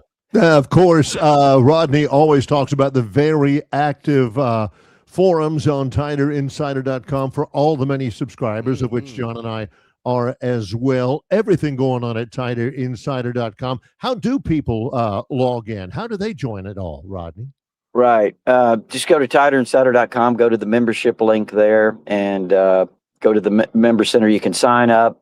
It's only $48 a year. You can get instant access with a credit card if you prefer. There is an address there to send a check, and it gives you all the information, but also, as you said, access to our forum where we do a lot of discussion, and we had a little bit of a lively discussion yesterday, John, on one of the subjects. I think you brought up the NIL and where the rankings are. So we had a little lively discussion about that. But there's always something going on there at TigerInsider.com. Whew. Better believe it. Great stuff. Rodney, thank you as always. We appreciate it, and we'll check back with you next week. Guys, I appreciate it. Take care. You too, buddy. Thank you. Rodney Orr, the Tiger Insider, brought to you exclusively by the Destin Connection Seafood Market. Just a few weeks left of crawfish season. You can get them at the Destin Connection. Call ahead. Your order will be ready for pickup. 288-4272. You can get the live or the spicy boiled or both. Why not? Because crawfish season's running out in about 2 or 3 weeks. Act now. Yes. When we come back. Oh, yeah. It's the Phantom's Daily Dog. Yes, it is. That joins us in a moment. It's Longshore and McKnight in association with Yellowhammer News, presented by Bud Light. Known by avid golfers as one of the most beautiful and challenging stops on the Robert Trent Jones Golf Trail, Cambrian Ridge in Greenville lies just 40 miles from Montgomery. It is well worth the ride for any golfer looking for 27 holes of jaw-dropping golf. The greens have been redesigned to accommodate the higher green speeds associated with their installation of the latest generation of ultra-dwarf Bermuda grass. Cambrian Ridge offers a fully stocked pro shop with all the latest equipment and apparel. Great food and beverages in the clubhouse can be enjoyed both before and after your round. Get your group together and hit the trail. Go to rtjgolf.com/Cambrian Ridge for tee times and more information. Hey, where's the beer guy? Bud Light here? You got a Bud Light? Bud Light? I'm here, Bud Light. Bud Light here? Bud Light here? Bud Light here? Bud Light where? Bud Light here? Oh, Bud Light there. I missed that because of you. You did not miss that play because of me. Tough to stop talking this way? Yeah. It's actually kind of fun. Hey, I got your Bud Light. Oh, nice. Never mind. Anything for the clean, crisp taste of Bud Light. What'd I miss? I have no idea. Travel Carpet is the most trusted name in flooring in the River region. Ray Bowles and his staff have an extensive line of Mohawk stain-resistant carpeting in all the latest styles and colors. Travel Carpet also has hardwood, vinyl, and ceramic tile for all of your flooring needs. Professionally installed at the absolute lowest prices. Take advantage of cash and carry vinyl plank at just $239 a foot. Call them today to set up your free measurement for your home, office, lake house, hunting camp, or wherever you need flooring. 285-8117. That's 285-8117, or drop by 2201 Cobbs Ford Road in Prattville for Prattville Carpet. And everybody, glad you are with us here. 24 minutes past the hour on this Thursday. Before we get to the Daily Dogberry, our good friend Jason Jones down there in Troy, I know he's excited. Big super regional action there at Troy, bringing in, of course, Little Rock. Jason, thanks for joining us, man. I know you're excited about the big event this weekend. Man, I could not be more happy and exhausted and all the things at the same time. I'm learning how to acclimate back to Central Time Zone after spending way too long in Gainesville. So things are great in Pike County, that's for sure. We'll give you a moment to make a public statement reaffirming the fact that you do not have tickets. Well, I had to kind of go back on that quote that I've made all week, because I put my foot in my mouth and went to the ticket office and ended up buying 35 for folks who couldn't get online. So now I've got 35 tickets that have been sold, not scalped, just sold. And I now no longer have tickets. And that's because the website is back up, and folks out of town don't need my assistance to get that done anymore. Next week, we'll probably talk to Skylar Meade if the result is good this weekend. Kyle George has been awfully busy. I've been on campus, and it's nuts. From a fan perspective, put this into perspective. This is about the biggest deal that's hit Troy, like maybe ever, right? Yeah, no doubt. And for me, from a sporting event standpoint, being on the sideline September 30th, 2017 at Death Valley was number one, and I didn't think that would ever be topped until this past weekend. And now this weekend is going to top what happened last weekend. So, I don't think there's any comparison to the overall perspective of what's happening here in the next 24 to 48, 72 hours. So it is. The city of Troy is going to be on a whole nother level this weekend with what's going on and what this baseball team has done.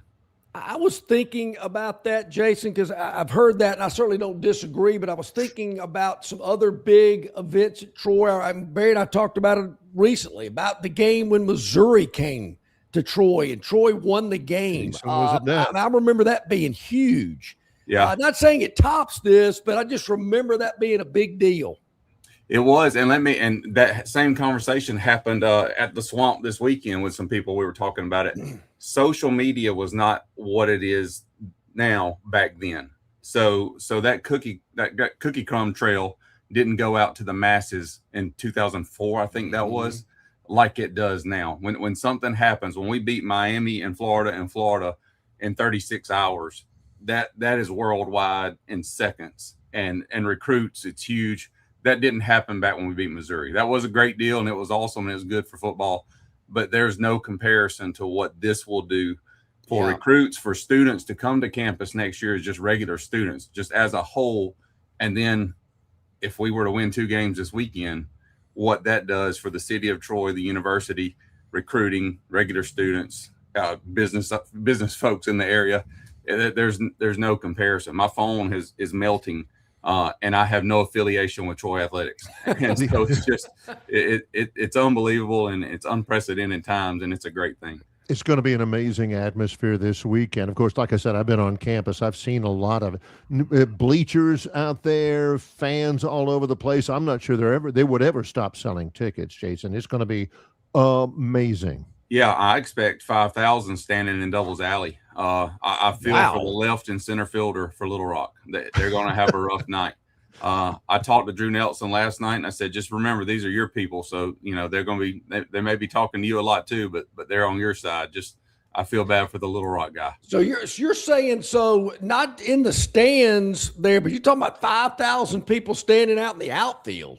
Because they're outside of the outfield. Yeah, because there's nowhere else to be. I mean, every seat number, to my knowledge, every possible space where a human can sit in the stadium is gone, including bleachers. Give me a guess of how many people will be in and around the ballpark on Friday. 7,000. Wow. For a stadium that holds 2,800. Yeah. But there's no fire marshal rules when you're in an open environment, so bring it on. Jason like that. Jones. It's good thinking. He has been dealing with a lot of tickets and all that kind of stuff. Jones Medical Supply, CPAP Plus. Jason, appreciate you jumping in. We needed to get kind of a local flavor, and you were the first one I always think of. Thanks. Glad to help. The Ford Lightning is fully charged from Stivers Ford, and we're ready to go. Awesome. Excellent. Appreciate you, Jason. Jason, good Thanks, stuff. guys. Appreciate that, man. Good information. I mean, I was thinking, Barry, about all that, what's going on. I'm thinking, whew, sure, I'm glad the Special Olympic State Games were last weekend. Whew, Which is also a huge. That'd have been tough. A huge scale as well for that. Man, it is going to be awesome. Nuts. It is going to be crazy. You better believe question. it. All right. Well, you're talking about that. It wasn't so nuts last night. Things were kind of calm and comfortable and easy. You know, if you said, we usually say easy in this type of game, but I will say this. It was a very entertaining game. Matter of fact, it was very entertaining for our man Tobias out in Arizona. He says, the Knicks covered for me and the under hit. My local man has been dying to get me to do a parlay, but I didn't take the bait. Smart man. You listening to John. Yep. John and the Phantom, they both have said, look, parlays are for suckers.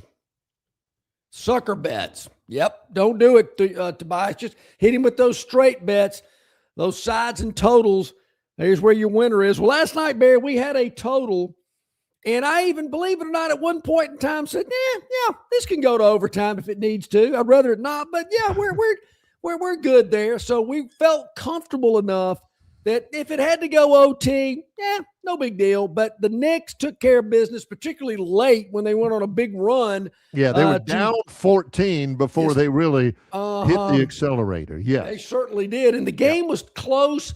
It was tight, in the high 80s, low 90s there for a while. I'm thinking maybe this game could go to overtime, but they moved ahead. And I mentioned Jalen Brunson. This guy is amazing. Hustle ought to be his middle name. Really, this entire Knicks team hustles a lot. It's amazing how much and I kind of picked up on that about 6 weeks ago when they were playing the Hawks.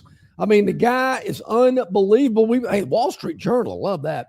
Smallest player on the court, no doubt, but this guy, nobody hustles more than this guy.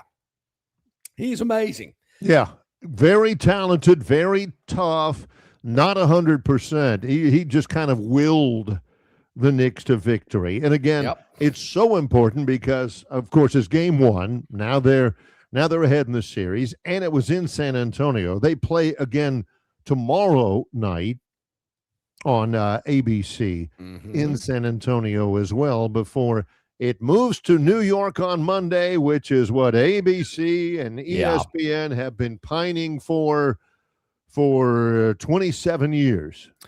There were a lot of Knick fans in the stands last night. They're in San Antonio. They certainly showed them as well. But the total was 218.5.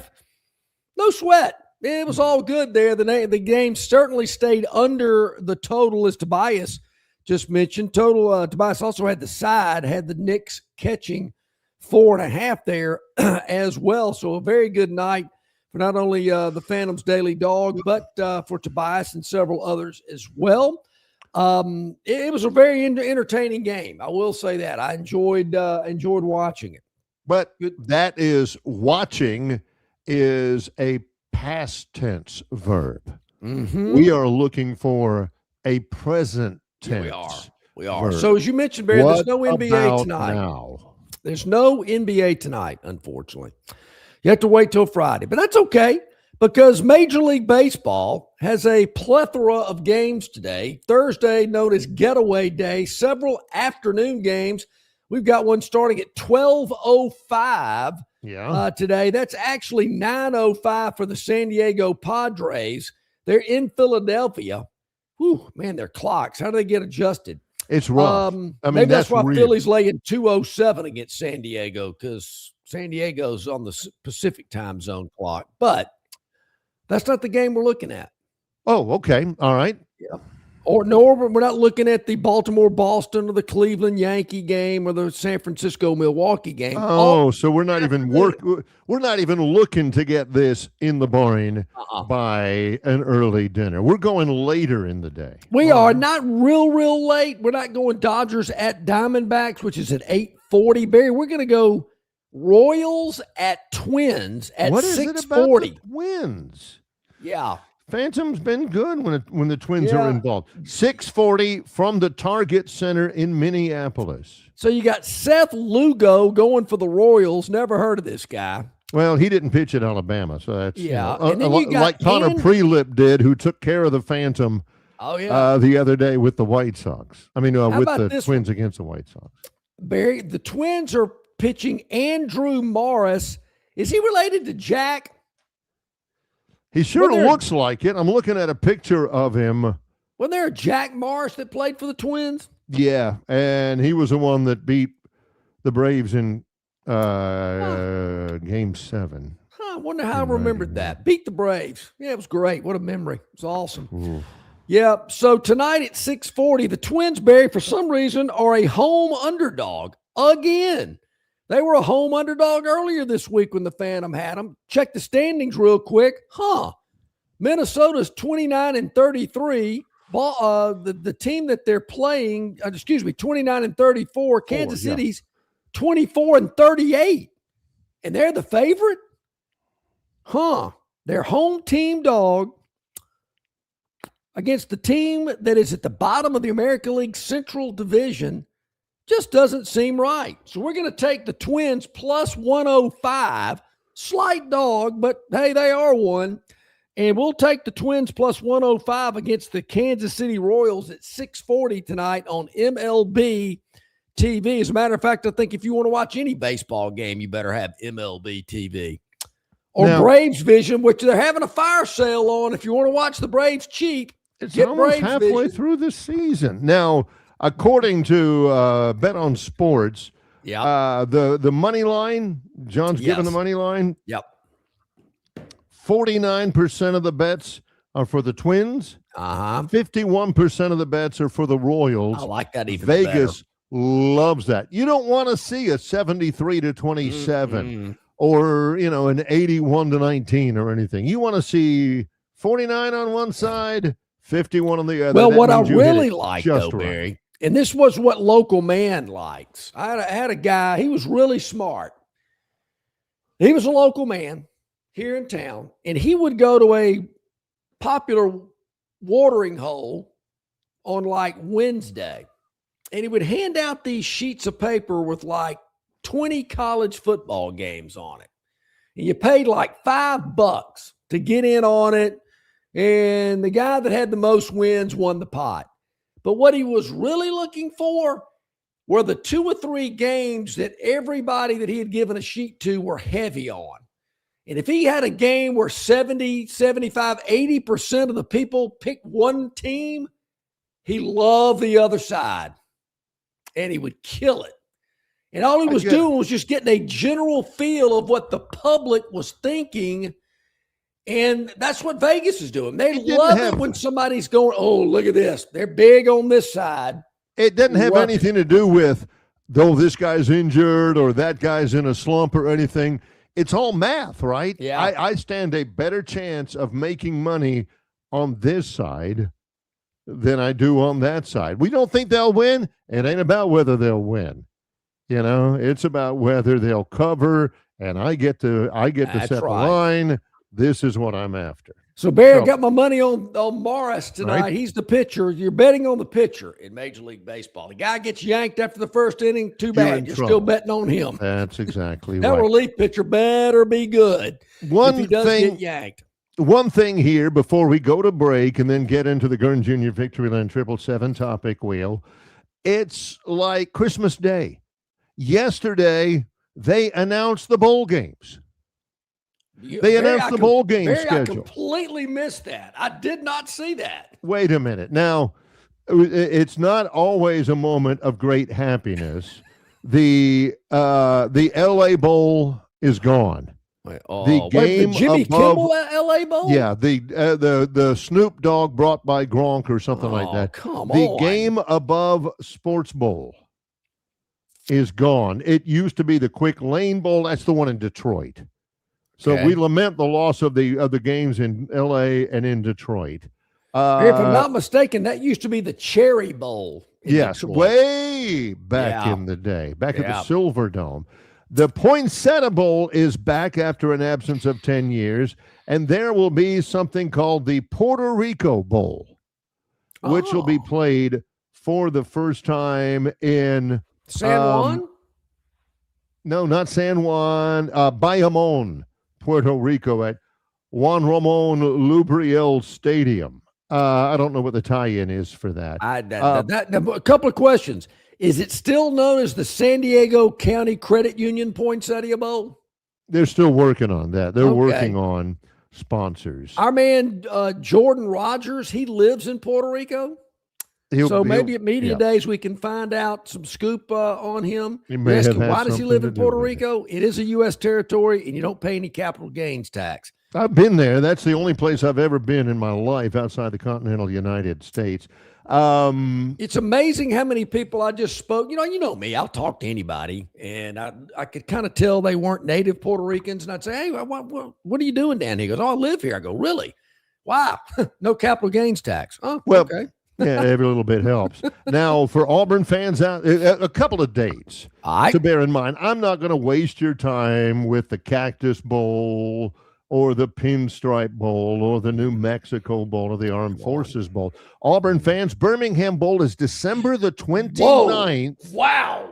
December 29th. I'm not sure what day of the week that is, at 2:00 in the afternoons. Hey, Auburn fans, am I wrong? Would you not take the Birmingham Bowl right now? Unbelievable. The Birmingham. Am I wrong? And of course, the college football playoff games have been set. The first round of 4 games will be played on campus sites December 18th and 19th. The quarterfinals and semifinal rounds will be played at the New Year's Six Bowl game.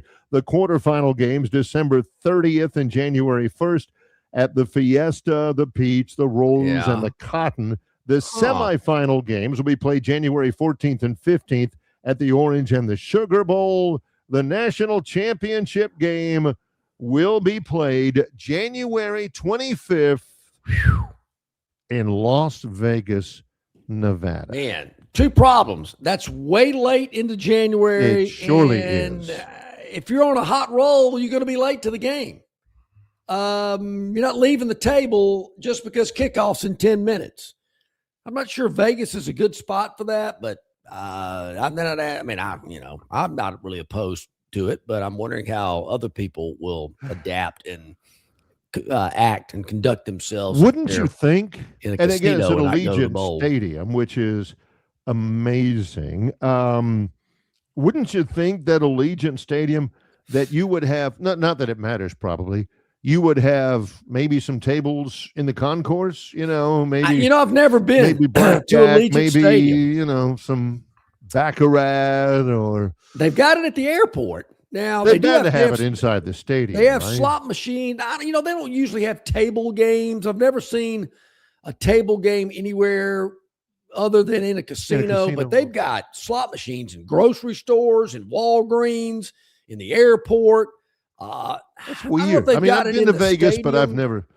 But I do know I'm sure they've got sports wagering, because I've seen that in arenas other than in Vegas, where you can go in. Caesars has a sports book in the Superdome. Well, I do know there's a sports book in the Great American Ballpark in Cincinnati, because that's where Brad Bohannon met his.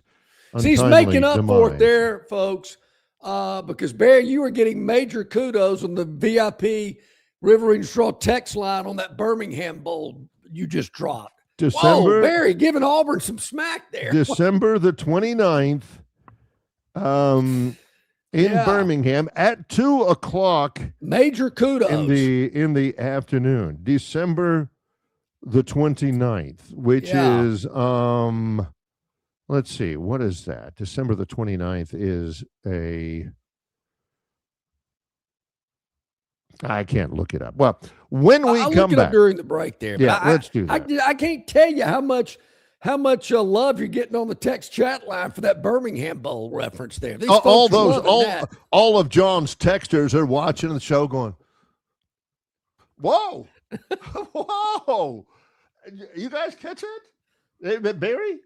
Pointing out when the Birmingham Bowl is for the All. I mean, I wasn't expecting that, ladies and gentlemen. You never know. You got to be on your toes. Woo. Stand by. Yeah. More in a moment, including our Gurn Jr. Victoryland 777 topic wheel. It's Longshore and McKnight in association with Yellowhammer News, presented by Bud Light. Why Hands?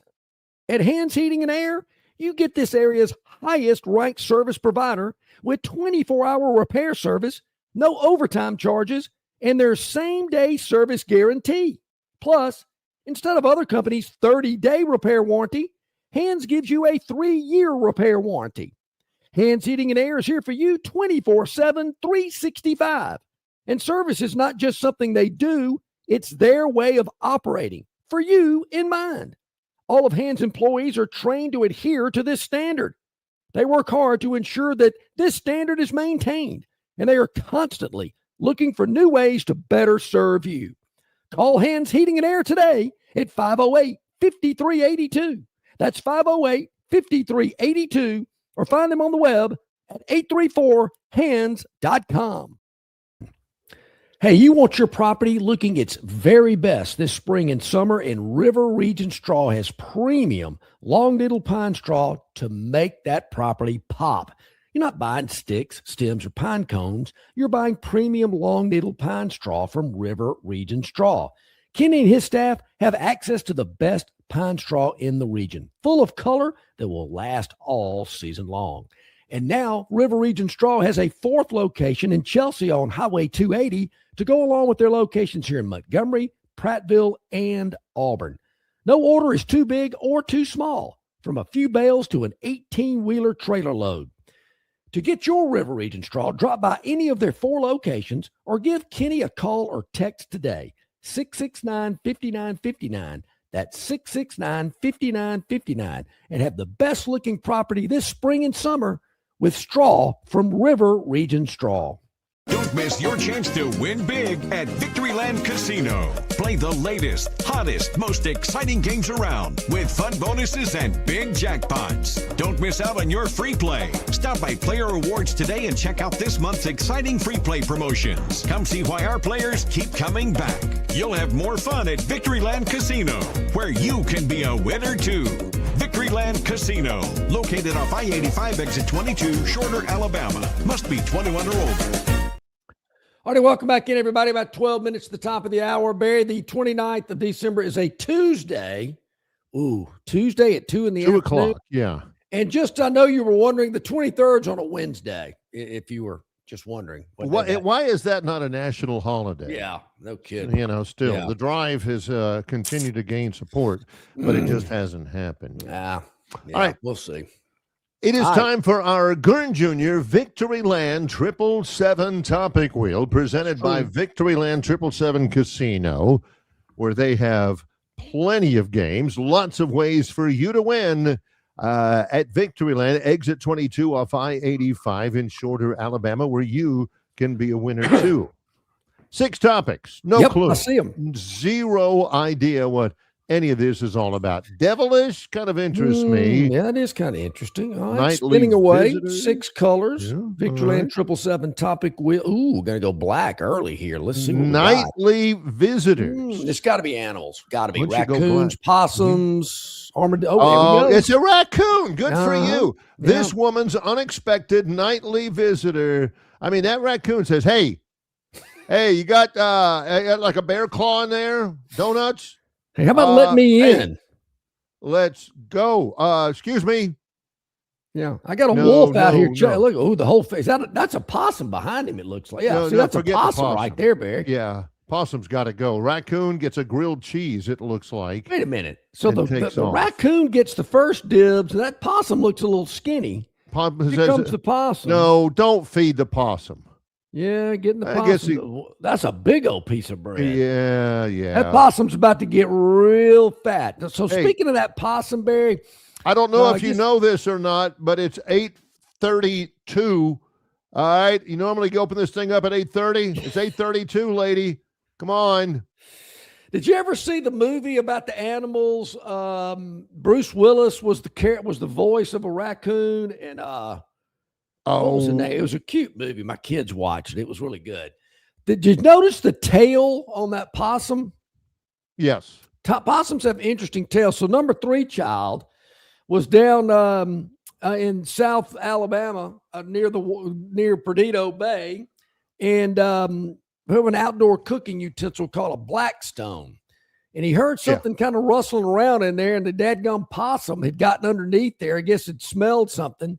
He picked that possum up by the tail. This probably is not PETA approved. PETA approved. Picked that possum up by the tail. Over the hedge. That's a good get, Gurn. Thank you. Over the hedge. That was a good move. And slung that possum over the balcony onto the bluff. And dadgummit, if that possum didn't show up again the next night. That's the thing. Those things, you feed them and that stuff happens. Our house is on this. It's got a little river behind us. Yeah. Little canal behind us with a fence back there and everything. And we were having an armadillo problem. I mean, it would tear up your dang yard, tear it up. Yep. So I set out this humane trap. It's a wire trap, and we'd put food in it, and the door closes behind it, and you take it. Well, there was this raccoon, and the raccoon kept getting caught in that. We had peanut butter or something, Dee could tell you. Yeah. And that raccoon kept getting caught every day. And pretty soon I'd go out in the morning after the show, and it'd be like, hey, man, grab the door for me here. Hey, have you tried Nutella? Because I'm telling you, Nutella is really good too. It was no deterrent. That raccoon was like, hey, man, if I got to spend an hour or two inside this trap to get me a free meal, I'm all about it. It was like it was a spa. He was sitting in there, legs crossed, arm behind his head, going, you got the crunchy? I like the crunchy better. The creamy's all right, but Now, is this true? Is Theotis pulling our leg here? Armadillos carry leprosy. The only one other mammal does.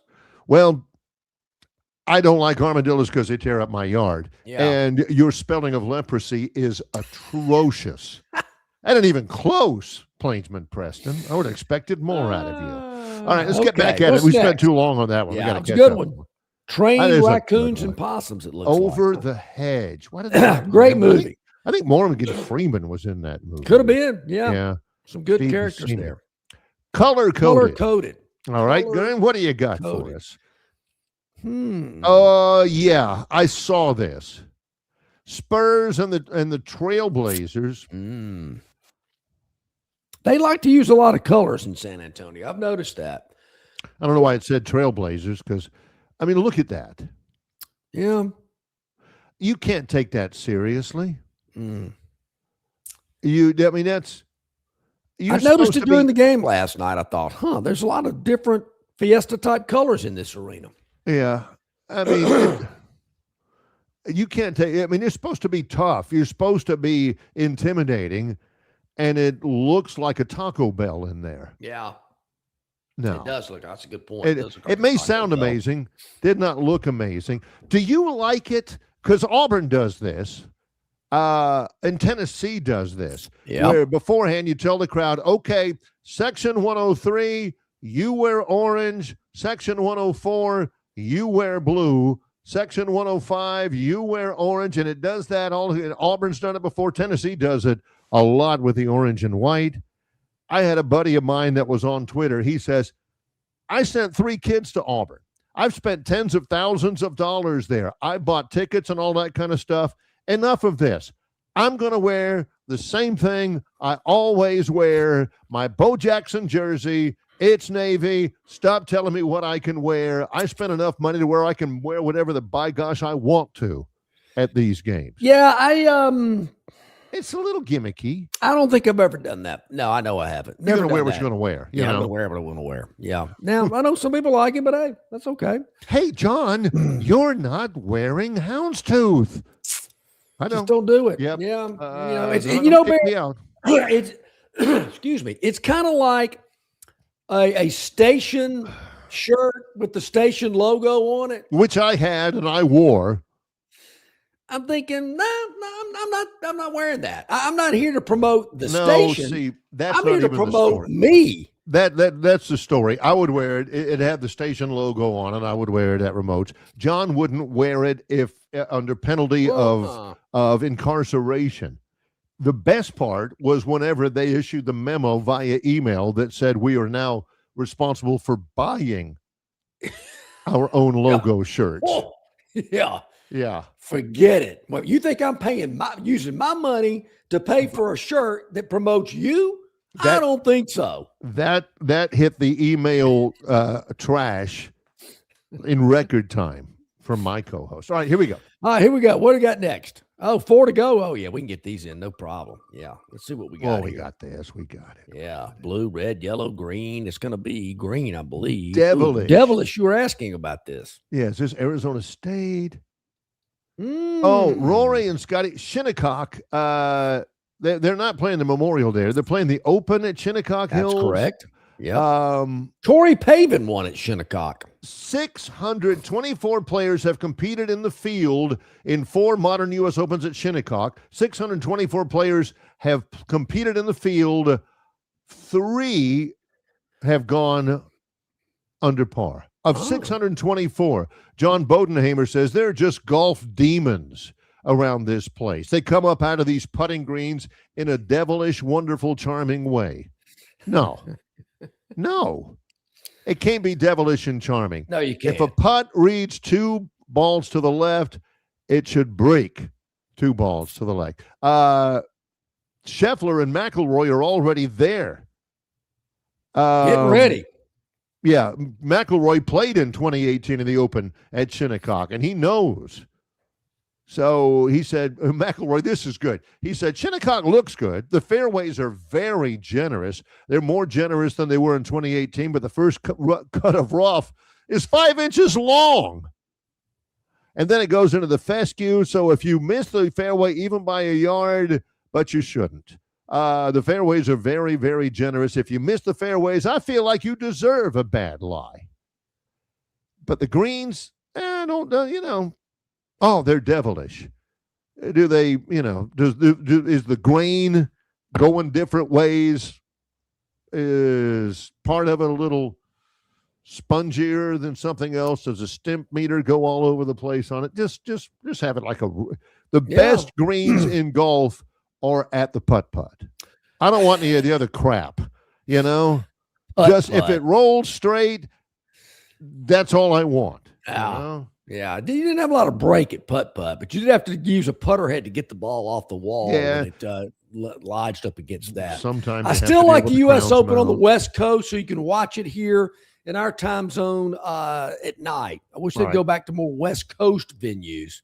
All right, 3 more to go. Let's see what we got. What do we have? Jumbo package, Let Me Down, and Bad Fan. Unlike ELO's Immortal, Don't Bring Me Down. Don't Bring Me Down, Bruce. This is Let Me Down. Yeah. Mount Never Pleasant. was an ELO fan. It's the downriver area of somewhere. That bear Tree? It's Northern Michigan. One of my best buddies in Northern Michigan. Yeah. Oh, no, they didn't trank him.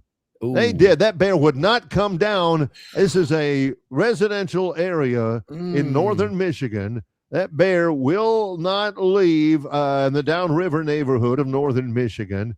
He's up there. The bear's not coming down.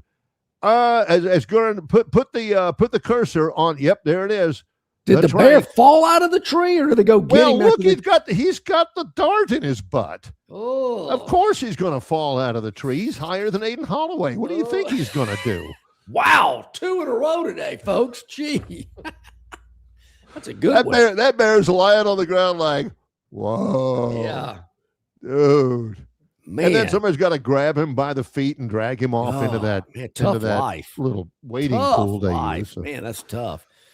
Preston, I'm not an ELO fan. Loved him. Nah, loved ELO. That's not Telephone Line. Nah, great stuff. Mr. Blue all around the world. Mr. Blue Sky. Some people right, call two to John go. that. Let's see what we got here. Jumbo package. Jumbo package, huh? Yeah. Nick Saban testifies in front of Congress. This is what they're after. Antitrust exemption for the NCAA that would enforce several rules that would get absolutely sued otherwise. Limiting athletes to transferring schools only one time. Limiting athlete eligibility to a maximum of 5 years. Prohibiting former professional athletes from playing in college, and prohibiting schools, the Lane Kiffin rule, from poaching a coach from another school during their sports season. Those are the main things. Saban said this about Alabama's roster cost. Yep. He said, my first year, the collective at Alabama, we spent $2.7 million. $7 million. Did you do that back then? Was that legal? Yeah, the first year that they had a collective. I mean, they may have spent $2.7 million before, but they covered it up. It spent $7 million the next year, then $10 million for the roster during his final season in 2023, $17 million a year later, $24 million in 2025, close to $40 million rosters. When the first year of the collective, they had 2.7, and we were all freaking out. Oh my gosh, $2.7 million? Well, now it's 40, and there's no end in sight. I got to do something. Can't sustain it. No. Cannot sustain it. Got to do something, and John is sick to death. I'm tired of the all talk. this talking. I'm tired of the talk. All right, now one more to go. I think we got to spin it to make it official. It will be, well, I can't. Bad fan. I mean, they did show up and roll Toomer's Corner. Come on, you can't call them bad. I mean, not a lot of people showed up, but some did. It was a goodly number. Oh, no. New York Post. I did not see this. Saw it. I've seen this before at other events where guys live streaming. Hey, look at me. Right now, 6.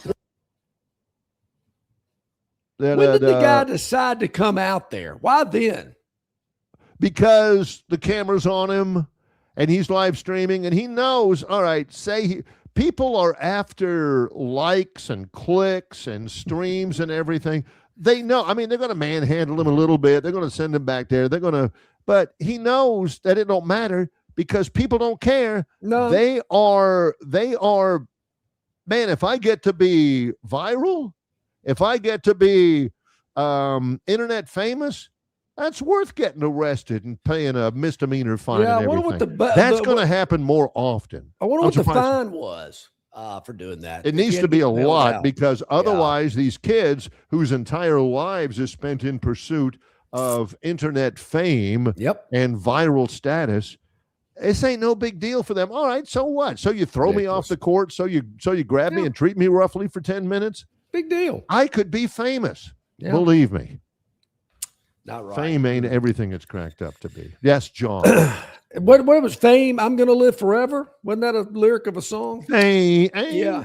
All right, tomorrow we'll be talking about some super regionals. They'll get underway. Troy and in Auburn, Saturday in Tuscaloosa. Game 2 of the NBA Finals. A lot of other topics to talk about as well. Something that Ralph Michaels sent earlier this week. We're going to get into that as well tomorrow. I think that'll be interesting to discuss. So we'll look forward to all of that tomorrow here on the program. Much appreciation to Jason Caldwell, AuburnUndercover.com for dropping by. Rodney Orr from TiderInsider.com, sponsored exclusively by the Destin Connection Seafood Market. Quick drop in from Jason Jones, Jones Medical Supply, CPAP Plus, giving us a little bit of the temperature of how things are in Troy right now ahead of the Super Regional. Also, many thanks to our producer, Gurn Jr., He's John Longshore. I'm Barry McKnight. It's Longshore and McKnight in association with Yellowhammer News, presented by Bud Light.